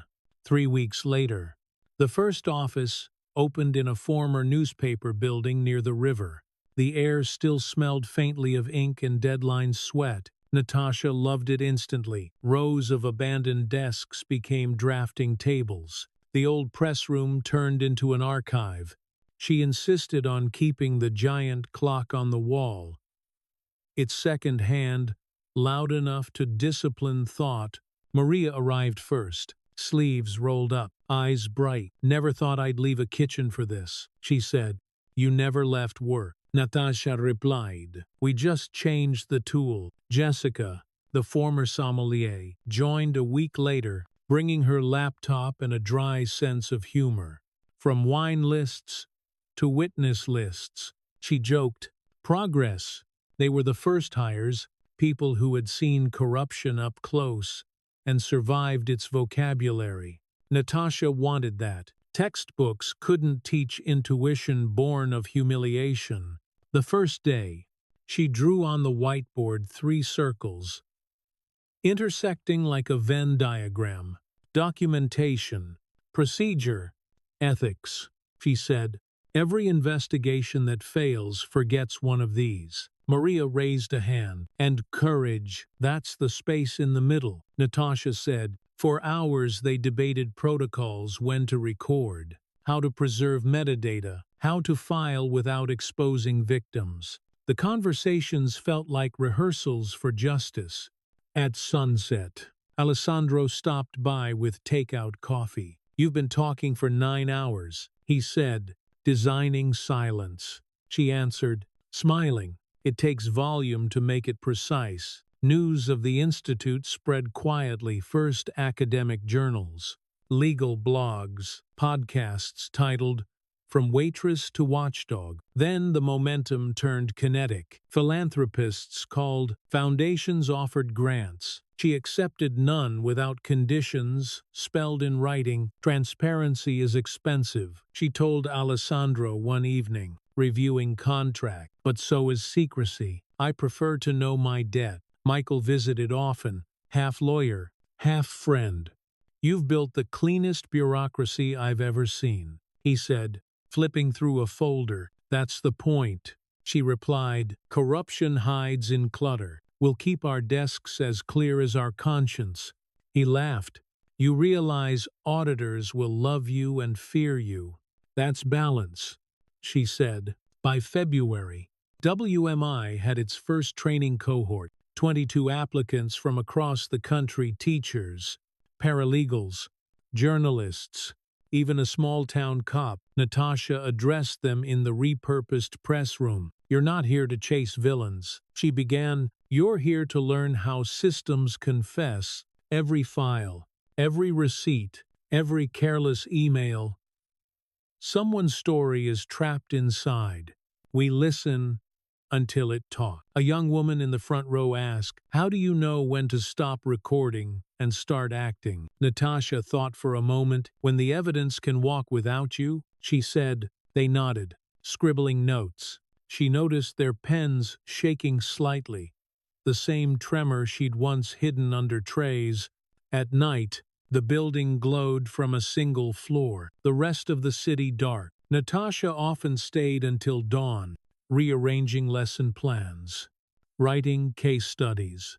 The hum of old radiators kept her company. Sometimes she'd play back fragments of her original recordings, not for nostalgia, but calibration. The ugliness reminded her why precision mattered. She cataloged them again into an internal database labeled Archive A. Origins. Each file began with a short annotation in her voice context. Location. Purpose. Future investigators would study them not for pain, but for protocol. When Maria once asked if it hurt to hear them again, Natasha answered, pain is just unprocessed data. Spring arrived reluctantly. The Institute hosted its first simulation, exercise a mock corruption case, using actors and falsified evidence trails. Natasha observed from a glass booth, recording each trainee's reactions. Some hesitated, others pushed too fast. She took notes. Train observation before outrage. Afterward, she gathered them in the lecture room. Justice isn't adrenaline, she said. It's architecture. Build every case like a bridge. Calculate the load before you step on it. Her words carried the authority of survival. Even Alessandro, sitting in the back row, felt the chill of admiration. By May, WMI was on the front page of the Chicago Tribune again. Not as scandal, but as structure, from evidence to education. Natasha Williams reinvents oversight. The accompanying photo showed her adjusting a projector cable, sleeves rolled up, laughter, mid-motion. She looked more alive than the poised witness of last year's hearings. The caption read, Invisibility turned infrastructure. I agree where Alessandro clipped the article and framed it on her office wall. She protested, lightly, don't canonize me yet. Too late, he said. You became curriculum. One evening, a letter arrived from a prison in Terre Haute. Kevin Torres. The handwriting was tight, almost mechanical. I see your name everywhere. It read, They play your speeches on the news. You won. I don't sleep. But sometimes I think maybe you were right. Maybe I was just a symptom. Natasha read it twice, then folded it and placed it in a plain envelope marked unfiled evidence. She didn't reply. Some confessions were complete only in silence. Summer brought expansion, a second office in New York, a partnership with the Department of Justice for transparency audits, WMI's logo, a stylized open eye, formed from two interlocking circles, appeared on billboards with the tagline, "See, Record, Reform." Reporters kept asking when she'd write a book. When I finish editing the system, she told them. Still, the manuscript began to form in quiet hours. Par Memoir. Part Manual. Working title. Strategic Invisibility. Each chapter blended narrative with instruction. How to survive observation. How to build evidence. How to stay human. Alessandro read drafts at midnight, underlining lines he loved. One in particular, "Justice is not a shout in the dark. It's a whisper with proof." In July, she was invited to Washington for a policy hearing on anti-corruption education. She stood before congressmen who once would have dismissed her as background staff. Now they took notes. Documentation should be part of civic curriculum. She said, "We teach children to write essays, not affidavits. That needs to change." Her calm confidence unsettled them, the same tone that once disarmed Kevin. By the end of the session, a senator proposed the Williams Clause, mandating annual ethics audits for federal contractors. It passed committee unanimously. Back in the hotel, Alessandro opened champagne. "You're rewriting law now." She poured a glass, shook her head, just adding citations. That night she couldn't sleep. She stood by the window of the suite, watching the Capitol shimmer under moonlight. Every building below contained paperwork, signatures, human errors. She thought of the thousands who'd watched the law shift, because a waitress once pressed record, hand-free. Her reflection in the glass looked older, steadier. She whispered to it, "Blueprints hold longer than applause." By autumn, the Institute trained its second cohort larger, sharper, drawn from 13 states. Natasha no longer taught every class. She mentored from behind one-way glass, ensuring the structure could function without her. Delegation was the final proof of leadership. One evening, Maria found her in the archive, labeling boxes. "You're packing like you're leaving," she teased. Natasha smiled. "I'm making space. Growth is storage management." Maria frowned playfully. "You never stop speaking in metaphors. They're measurements." Natasha corrected gently. "Easier to replicate." October brought an anniversary. 1 year since Kevin's arrest. Natasha marked it not with celebration but with procedure. A full internal audit of WMI's operations. Every file re-verified, every chain of custody re-signed. She believed institutions died the moment they stopped proving their own integrity. When Alessandro saw the stack of completed reports, he laughed softly. "You audited the auditors." She kissed his cheek. "Trust is data-dependent." In November, she finally allowed herself a day off. They drove out to the lake, wind slicing off the water, leaves brittle underfoot. For the first time in years, she carried no briefcase, just a notebook and pen. Alessandro watched her sketch the shoreline lines measured, deliberate. "Blueprints again. Always," she said.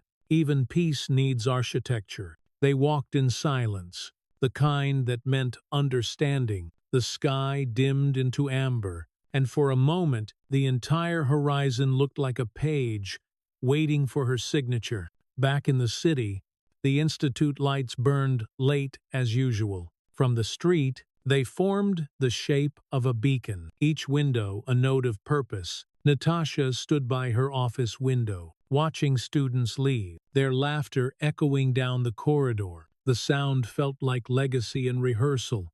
She turned to her desk, opened the notebook, and wrote a single line at the top of the page.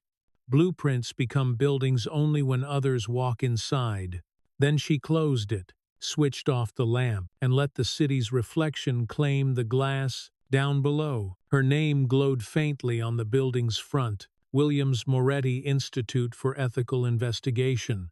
The clock in the old press room ticked on, loud and faithful, marking every second of a future she had built from silence. Winter crept back into Chicago on silent shoes. Outside the Institute's windows, the river looked like steel under frost. Inside, heaters hummed and printers never stopped. Natasha's office smelled of paper, ink, and the faint trace of peppermint tea she always forgot to finish. WMI had grown faster than anyone predicted. 3 regional offices, 2 government contracts, a waiting list of applicants that stretched across continents, and growth, Natasha knew, was its own kind of risk. On a gray Tuesday, Michael entered her office with a folder pressed tight under his arm. His expression was the kind of calm that came before a storm. "We've got a problem," he said. Natasha set down her pen. "Define problem." He placed the folder on her desk. "Whistleblower complaint. One of our New York auditors allegedly accepted a payment from a private contractor to suppress findings." Her fingers paused above the folder latch. "Inside our audit division. Inside our house," he confirmed. "If it's true, it's the first breach." She exhaled slowly. The radiator clicked like punctuation. "Who filed the complaint?" "A trainee. Anonymous email. But the metadata traces back to an internal server. Whoever it is, they know protocol." Natasha opened the folder. The evidence was thin but alarming. A redacted transaction, an unexplained deposit, and one line in the trainee's message that struck like a match. If silence is strategy, does it still count as integrity when it protects the wrong side? In Manand, she read it twice.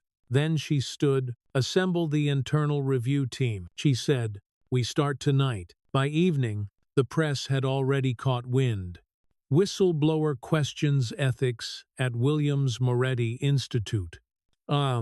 The irony wasn't lost on anyone. Natasha faced the first scandal of her own making, and the media loved the symmetry. Alessandro watched the headlines scroll across the news ticker. "They smell blood," he said quietly. "Then let's give them transparency instead." She replied, "It's less filling." He frowned. "You can't handle this alone." "I'm not," she said, and nodded toward the team gathered in the conference room behind her. Inside, the whiteboard was already full. Names, dates, access logs, transaction codes. The rhythm of typing replaced panic. Natasha stood at the center, sleeves rolled, voice steady. "Assume nothing," she told them. "We audit ourselves harder than we audit others.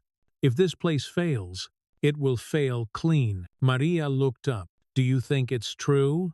Natasha hesitated, then said, "The truth doesn't care what I think." The investigation ran 48 hours straight. Natasha barely slept. She reviewed logs until numbers blurred into patterns.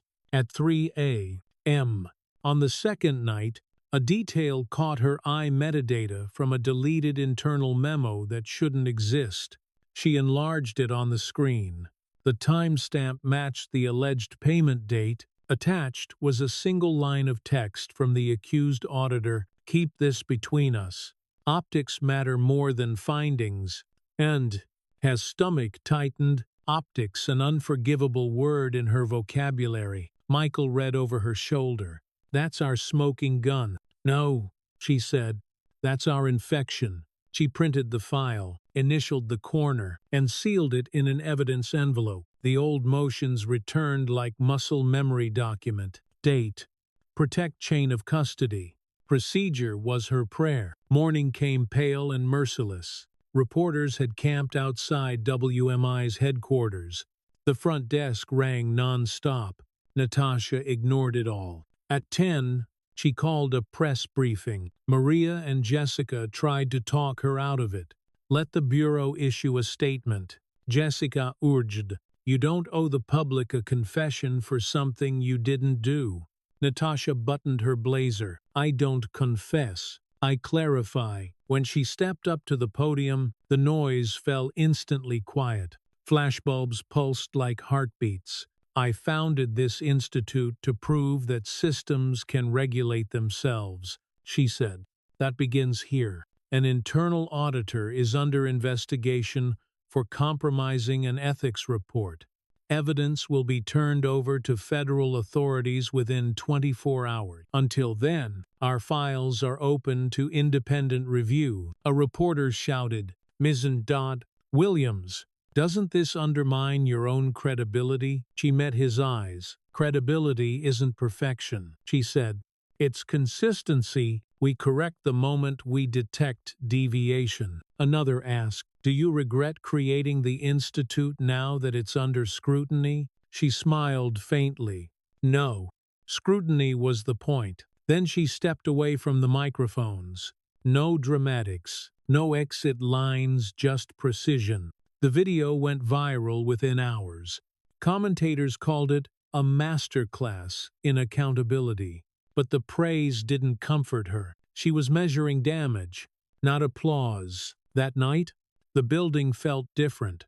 The corridors she had built on trust now hummed with quiet suspicion. She could feel it in the way conversations stopped when she entered, in the stiffness of smiles. In her office, Alessandro waited, leaning against the window. "They'll survive this," he said. "You taught them how." She shook her head. "They'll survive, yes, but survival isn't integrity." He crossed the room, resting a hand on her shoulder. "You can't expect purity from an institution, only persistence." She looked at him. Persistence without self-scrutiny becomes corruption's twin. He didn't argue. He just squeezed her shoulder once, the silent language of shared fatigue. By dawn, the internal review concluded. The accusation was verified. The auditor confessed to accepting a consulting bonus in exchange for delaying a report. He cited pressure, deadlines, and public expectation as excuses. Natasha listened to the recording of his interview. When it ended, she whispered, "He used my vocabulary against me." Michael glanced at her. "What do you mean?" "Expectation, optics, strategy, words I normalized. Tools that can be twisted." He started to speak, but she raised a hand. "Don't defend me. I'm documenting the flaw." She convened the staff in the atrium, every department, every rank. The air was thick with apprehension. She stood on the central staircase, where sunlight carved sharp patterns across the marble.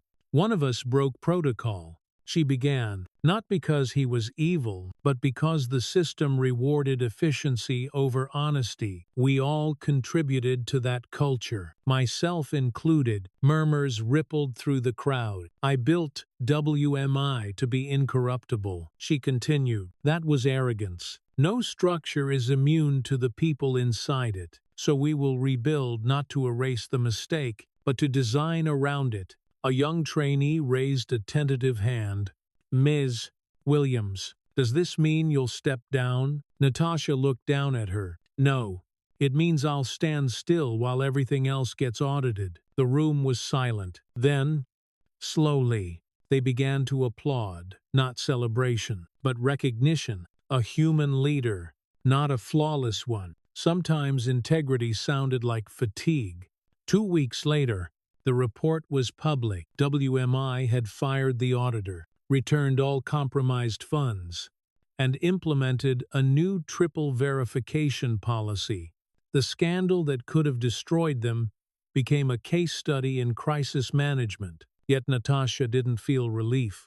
The breach had exposed something deeper, a crack in her own design. Late at night, she reread the anonymous complaint. That single line still burned.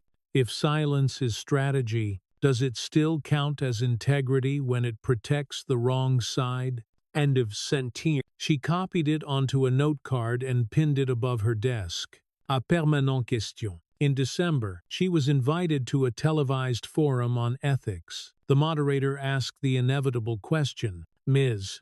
Williams, after everything success, scandal, reform, what's the hardest lesson you've learned? She thought for a long moment before answering. That justice isn't a building, she said.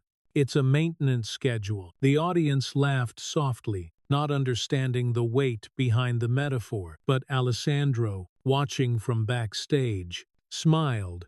He knew. A week before Christmas, the first snow arrived. The city seemed quieter, muffled in white. Natasha walked alone to the river, scarf tight around her neck. She watched the water slide beneath ice, constant beneath the surface change. She thought of Kevin in prison, of the auditor now facing trial, of herself still documenting, still learning the rhythm of imperfection. From her pocket, she pulled a small recorder, the same model as years ago. She pressed record, not for evidence, but remembrance. Note, she said softly, voice barely above the wind. Integrity requires repair. Every design needs friction to stay honest. She stopped the recording and slipped the device back into her coat. No upload, no encryption. This one was just for her. That night, at the Institute's year-end gathering, Maria raised a toast. To our founder, she said, voice trembling slightly. Who taught us that transparency means showing even the cracks? The room echoed with clinking glasses.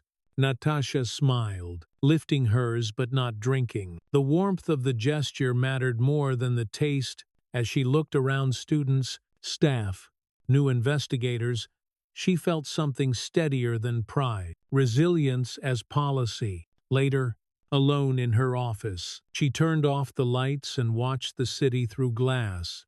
Snowflakes drifted past the glowing WMI logo. Dissolving on contact, Alessandro appeared in the doorway. You're still working, he said.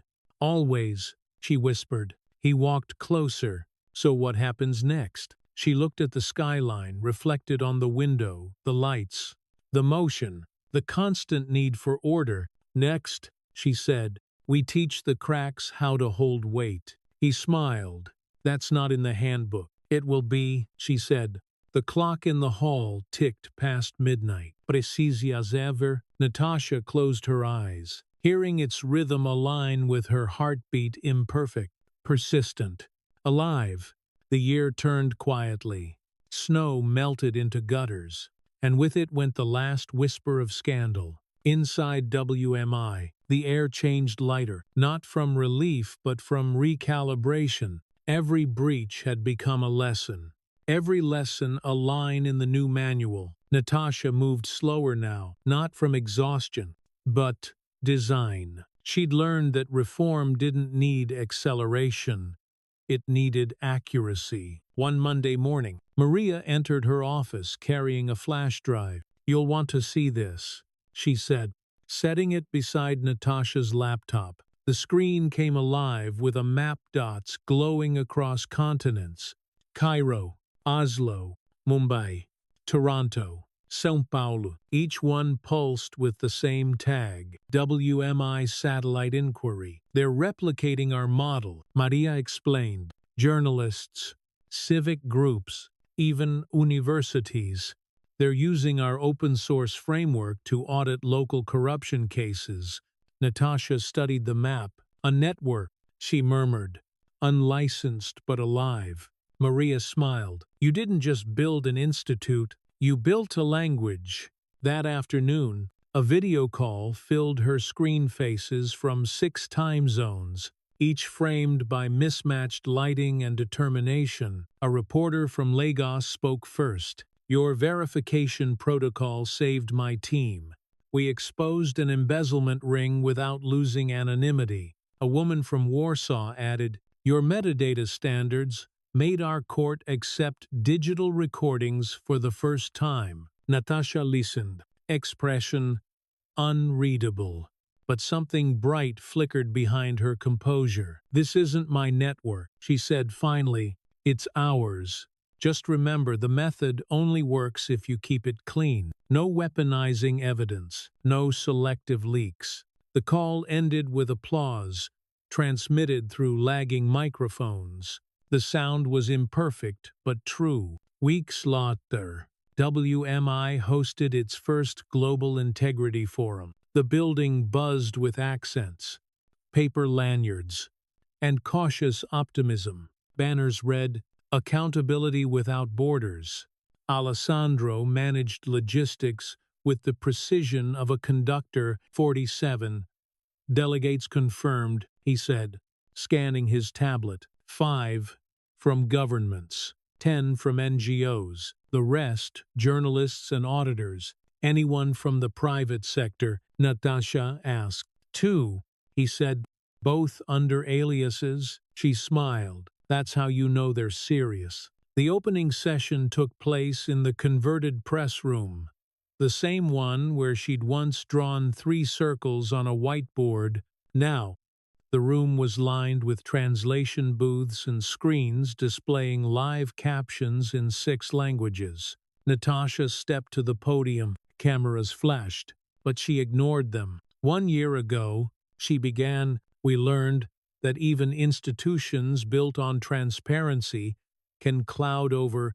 We fixed our lenses. Now, we share them." Her voice was measured, almost clinical. She had learned that inspiration sounded stronger when stripped of sentiment. "We are not a movement," she said.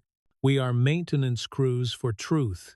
Our job is to keep systems from rotting between audits." Applause rippled through the hall, not loud, but sustained, the sound of professionals who understood discipline better than passion. After the session, Natasha joined a smaller roundtable on digital ethics. Representatives from Interpol and the UNDP were present, their suits immaculate, their curiosity cautious. A diplomat asked, "Ms.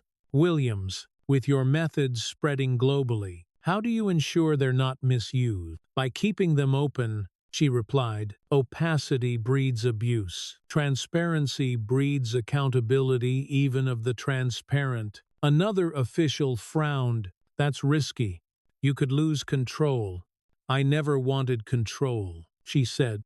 "Only clarity." They wrote that down like scripture. That evening, the forum's after-hours lounge turned into a quiet crossroads of ideals.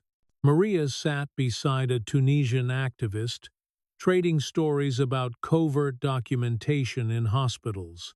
Alessandro discussed logistics with an Indian data scientist designing an app for anonymous verification. Everywhere Natasha looked, she saw fragments of the same determination refracted through culture and circumstance. Then she noticed a woman standing apart. Near the window, a gray-haired figure with the stillness of experience. "You're the one they call the architect," the woman said in a French accent. Natasha smiled. "I prefer engineer." The woman extended a hand. "Dr. Renaud, European Anti-Corruption Task Force. We've been following your model closely. There's talk of an international coalition, an exchange of data audits between nations. Would you consider advising?" Natasha studied her. "Advice I can give. Authority I won't take." Dr. Renaud nodded approvingly. "You understand balance." Back in her office that night, Natasha reviewed post-conference report. The data stunned her. 238 new inquiries initiated globally in less than a month. Patterns emerging: financial fraud, healthcare discrimination, municipal kickbacks, all linked by methodology, not geography. The network had outgrown her, and that was precisely the point. Alessandro entered. T. loosened. "You realize they're calling it the Williams Protocol now." She glanced up. "That's marketing. I'll correct it." "You can't," he said, smiling. "Language evolves." She sighed. "So do systems.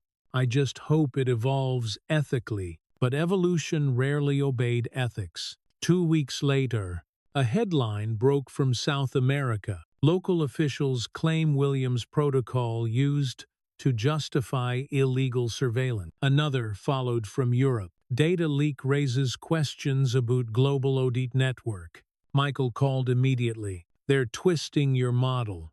Using open-source methods for political espionage, Natasha rubbed her temples. Predictably, transparency invites imitation, not always intention. What's the move? He asked. She straightened. We don't defend. We document. Assemble the incident logs. I'll issue an open audit. Within 48 hours, WMI published a full report online. Misuse incidents. Open protocol accountability review. It traced every unauthorized adaptation, named the violators, and offered revised safeguards. No PR spin, no legal posturing, just evidence. The reaction was electric. Major outlets praised the move as self-auditing governance in real time. Others called it reckless transparency. Alessandro read the comments aloud. They can't decide whether to canonize or crucify you. She smiled faintly. That means it's working. In March, she was invited to testify before the International Ethics Council in Geneva. The setting felt surreal. The same woman who once recorded abuse behind a restaurant, now addressing delegates under chandeliers. She spoke without notes. Technology is neutral. Only motive corrupts. If my framework can be misused, then it must also be self-correcting. That's not failure, it's feedback. Her calm dismantled skepticism like acid on metal. When she finished, the chamber stood in quiet respect. Outside, a journalist asked, Ms. Williams, how does it feel to see your methods change the world? She paused. Methods don't change the world, she said. People do. I just gave them a blueprint. Back in Chicago, spring return. WMI headquarters expanded into the adjacent building. The lobby now displayed a glass sculpture, an open cube, half empty by design. A plaque beneath it read, Transparency has volume. It needs air to breathe. Maria caught her staring at it one morning. You should sign it, she said. Natasha shook her head. If I do, it becomes art. I prefer it as policy. They both laughed, the kind of laugh shared by people who had survived too much and still believed in the work. One evening, she found herself alone again, reviewing applications from new partner institutions. Among them was a proposal from a small high school in Ohio, request to integrate Williams' protocol into civics curriculum. Very done, she smiled, eyes softening. This, more than councils or conferences, felt like the true measure of success. When the next generation learned transparency before corruption learned them, Alessandro entered quietly, still awake. Almost done, she said. Just approving a revolution in a classroom. He laughed. You sound lighter. I am, she admitted. Setbacks taught me architecture. Networks teach me humility. At midnight, the city outside hummed with rain again. Natasha stood by the window, lights flickering across the water. Somewhere out there, unknown investigators were pressing record on their own stories. Voices rising from kitchens, offices, streets. She didn't need to hear them to know they existed. The network pulsed invisibly, like a heartbeat through fiber optics. From her desk, she picked up the old recorder, the same one from Elegance, now scuffed but functional. She pressed it once. Entry, she whispered. Blueprint expanded. Network operational. Purpose intact. A pause. Then, softer. Justice is scalable if you keep it human. She set the recorder down, the red light blinking once before fading. Outside, thunder rolled somewhere far away, like the world shifting to a new frequency. It began with a subpoena, A white envelope, thick, official, placed neatly on Natasha's desk beside her morning tea. The seal of the United States Senate Judiciary Committee gleamed under the light. Alessandro was in the doorway when she opened it. He didn't need to ask. His expression said it all. "They're investigating the network," he murmured. Natasha scanned the first page. Request for testimony. International data ethics and national security oversight. Her name was listed second, right under the Secretary of Defense. She closed the file gently. Pressure was inevitable, she said. Systems only prove themselves under heat. Within hours, headlines screamed, "Senate targets Williams protocol. Transparency hero under federal scrutiny." Social media split into two armies, one shouting defense, the other suspicion. Comment threads turned into trenches. Maria burst into her office mid-afternoon, tablet in hand. "They're accusing the Institute of leaking classified data through our open audits." "Accusing or inferring?" Natasha asked, eyes calm. "Both," Maria said. "They're calling it the gray channel." End of ply. Natasha almost smiled. Creative branding. But sloppy logic. Michael joined them minutes later, exhausted. "The hearing's real. They want answers on how your global network handles sensitive evidence, especially the cases linked to government contractors." Natasha leaned back in her chair. "Then we'll give them answers. Verified. Time stumped. Public." He shook his head. "You can't just drop our logs online. That would escalate everything." She met his eyes. "I built this place to withstand light. Let them shine it." 3 nights later, the marble corridors of Capitol Hill gleamed under fluorescent light. Natasha walked beside Michael, briefcase in hand, expression unreadable. Cameras trailed behind, like hungry dogs. Inside the hearing chamber, senators sat in a horseshoe of power. The air smelled faintly of old wood and microphones. Flashbulbs clicked as she took her seat. The chair opened with polite menace. "Ms. Williams, your network now spans 28 countries, several of which are not traditional U.S. allies. How can we be sure your transparency initiative isn't compromising national security?" Natasha kept her tone even. "Because secrecy has compromised it for decades." A stir ran through the room. The chair frowned. "You're suggesting classified information should be open to the public." "I'm suggesting the classification system should be honest," she replied. "Evidence doesn't become dangerous by being seen. It becomes dangerous when it's hidden." Murmurs filled the gallery. Michael shot her a warning glance. She ignored it. Another senator leaned forward. "Your institute's global database stores sensitive evidence collected overseas. How do you prevent infiltration or misuse? Every file is encrypted and mirrored across neutral jurisdictions." Natasha said, "Access requires biometric clearance from 2 verified agents. Chain of custody is logged in real time and publicly viewable." The senator blinked. "You're saying anyone can track government investigation." "Not content," she clarified. "Only process. Accountability isn't exposure, it's proof of order." After 4 hours of testimony, the session recessed. Natasha walked through a swarm of reporters. "Are you a whistleblower or a threat?" One shouted. She paused. "Neither," she said. "I'm an engineer. My job is to fix leaks, not cause them." The quote hit every front page by morning. Back in Chicago, WMI's headquarters became a fortress of phone calls. Donors hesitated. Partners requested reassurances.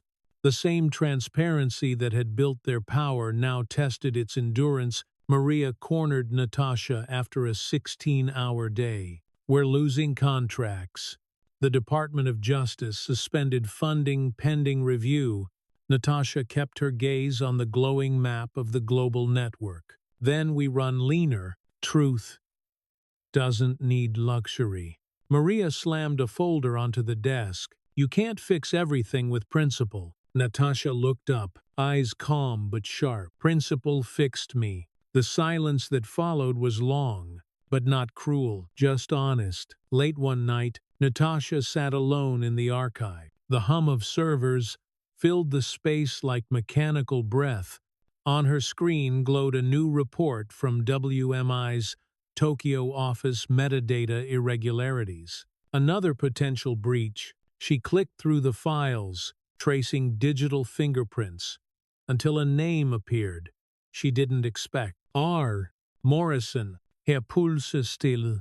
Judge Morrison, the same man who had resigned in disgrace after the first scandal 2 years ago, now resurfaced through a private consultancy linked to government contracts. She leaned back, understanding the pattern. Someone inside the system was trying to turn her network into evidence against itself. She whispered to the empty room, pressure applied precisely where we're strongest. The next morning, she called an emergency meeting. We're being baited. She told her team, someone's feeding doctored data into the global network to frame us for leaks. They want us reactive. Michael frowned. Can we trace the insertion point? Already did, she said, clicking through the log. It originated from a proxy routed through Washington. Alessandro leaned forward. You're saying a federal source. I'm saying proximity isn't coincidence. Natasha replied. Maria looked pale. If you expose them publicly, it'll be war. Natasha nodded slowly. Then we wage it properly documented, lawful, and televised. The press conference was broadcast live worldwide. Natasha stood at a podium flanked by transparent screens displaying evidence trails. The entire network servers, team stumps, audit logs was opened for review in real time. This is not a leak, she began. This is sunlight. She revealed the false data trail, line by line, tracing it back to a contractor tied to a congressional committee member. Each click echoed like a gavel. Corruption doesn't vanish when exposed, she said, but it does lose altitude. Within minutes, the internet erupted. The senator implicated denied involvement, but digital proof didn't care about denial. Investigations began before sunset. Michael found her backstage, voice low. You realize you just made enemies in 3 branches of government. She looked at him. No. I reminded them the branches grow from the same root. That night, Natasha's apartment was quiet except for the ticking of the kitchen clock. Alessandro poured her tea. You've pushed them too far, he said softly. I pushed the truth exactly as far as it would go. He sighed, and if it pushes back, she met his gaze. Then we measure the impact. Pressure point reveals structure. He smiled sadly. You don't sleep anymore. Design don't rest, she said. Days blurred into hearings, rebuttals, and interviews. Natasha became both symbol and target again. Protesters appeared outside WMI, some chanting her name, others demanding her arrest. News anchors debated whether transparency had gone too far. Maria managed logistics while Alessandro handled security. Through it all, Natasha kept teaching. Each morning she held classes for interns, insisting that the work continue. One intern asked timidly, "How do you stay calm when they attack you?" Natasha considered, by remembering that noise isn't violence. Silence used to be. By early spring, the storm began to subside. The Senate investigation failed to prove wrongdoing. The network remained intact, but Natasha felt the toll, the kind of fatigue that didn't show on the face but in the spaces between thoughts. She retreated for a weekend to the lake house. Her first absence in years, the air smelled of pine and thawing earth. She left her phone inside and walked barefoot to the shore. The water was impossibly still. She whispered to it. Pressure passed. Structure held. The wind didn't answer, but the silence felt like agreement. When she returned to the city, WMI was humming again, smaller, leaner, but clean. The network map still pulsed with light. Maria greeted her with a quiet smile. "We didn't lose a single partner," she said. Natasha nodded. "Then we learned our load limit." Alessandro joined them, slipping an envelope into her hand. Inside was a simple card embossed with the seal of the Senate committee, "Case closed.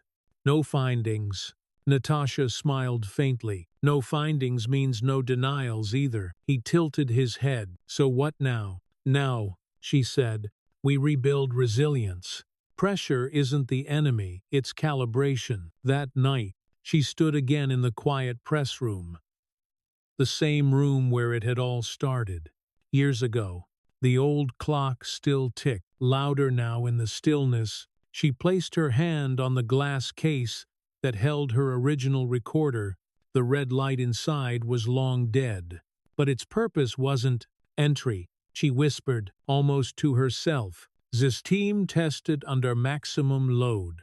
No fracture. Minor deformation corrected." She paused, then added softly, "Integrity confirmed." Outside, the city pulsed, imperfect, alive, accountable, and Natasha, for the first time in years, allowed herself to rest. Dawn broke over Chicago with a soft rain that painted every surface silver. Inside the Williams Moretti Institute, the building felt strangely still, like a held breath before release. The storm had passed both the literal one outside and the political one that had shadowed them for months. Natasha arrived early, umbrella folded, shoes damp. The security guard at the front desk nodded with quiet respect, and she returned it with a small smile. For the first time in years, she wasn't walking into a battlefield. She was walking into continuity. The lobby had changed again.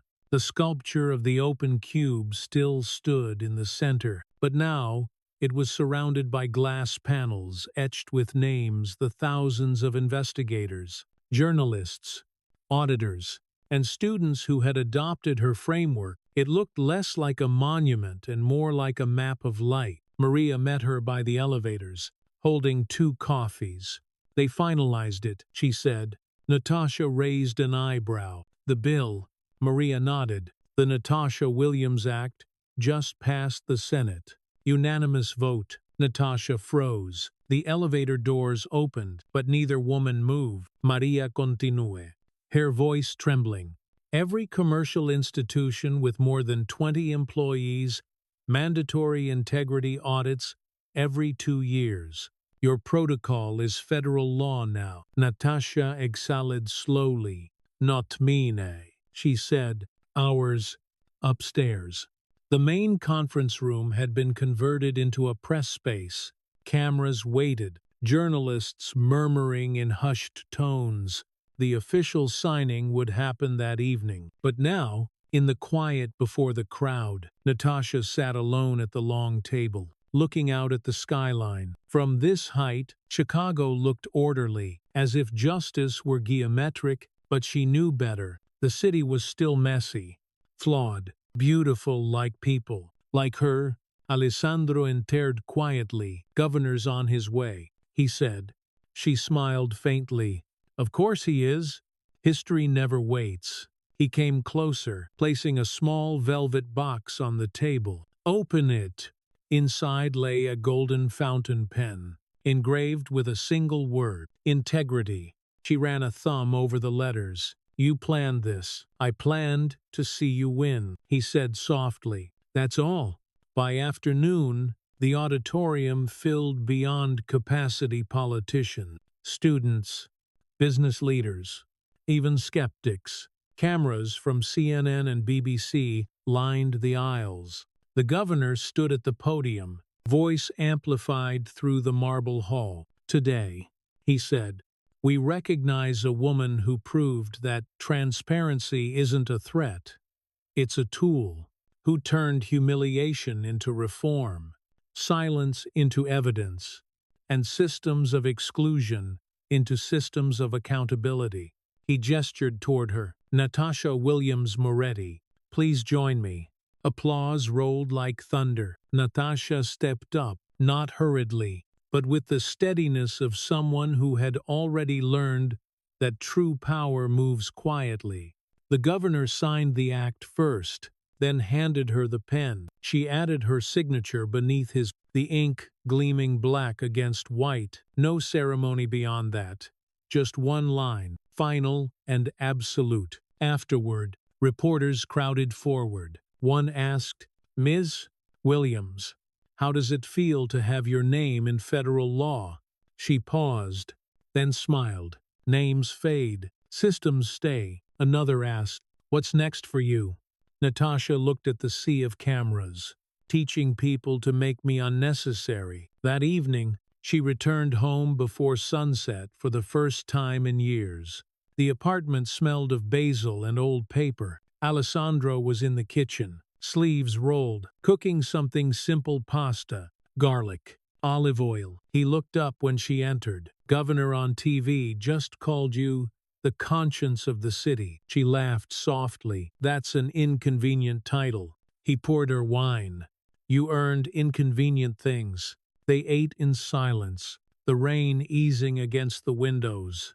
Halfway through dinner, Natasha said, "Do you ever think about elegance?" Alessandro nodded. "Every time I hear silverware on tile." "Me too," she admitted.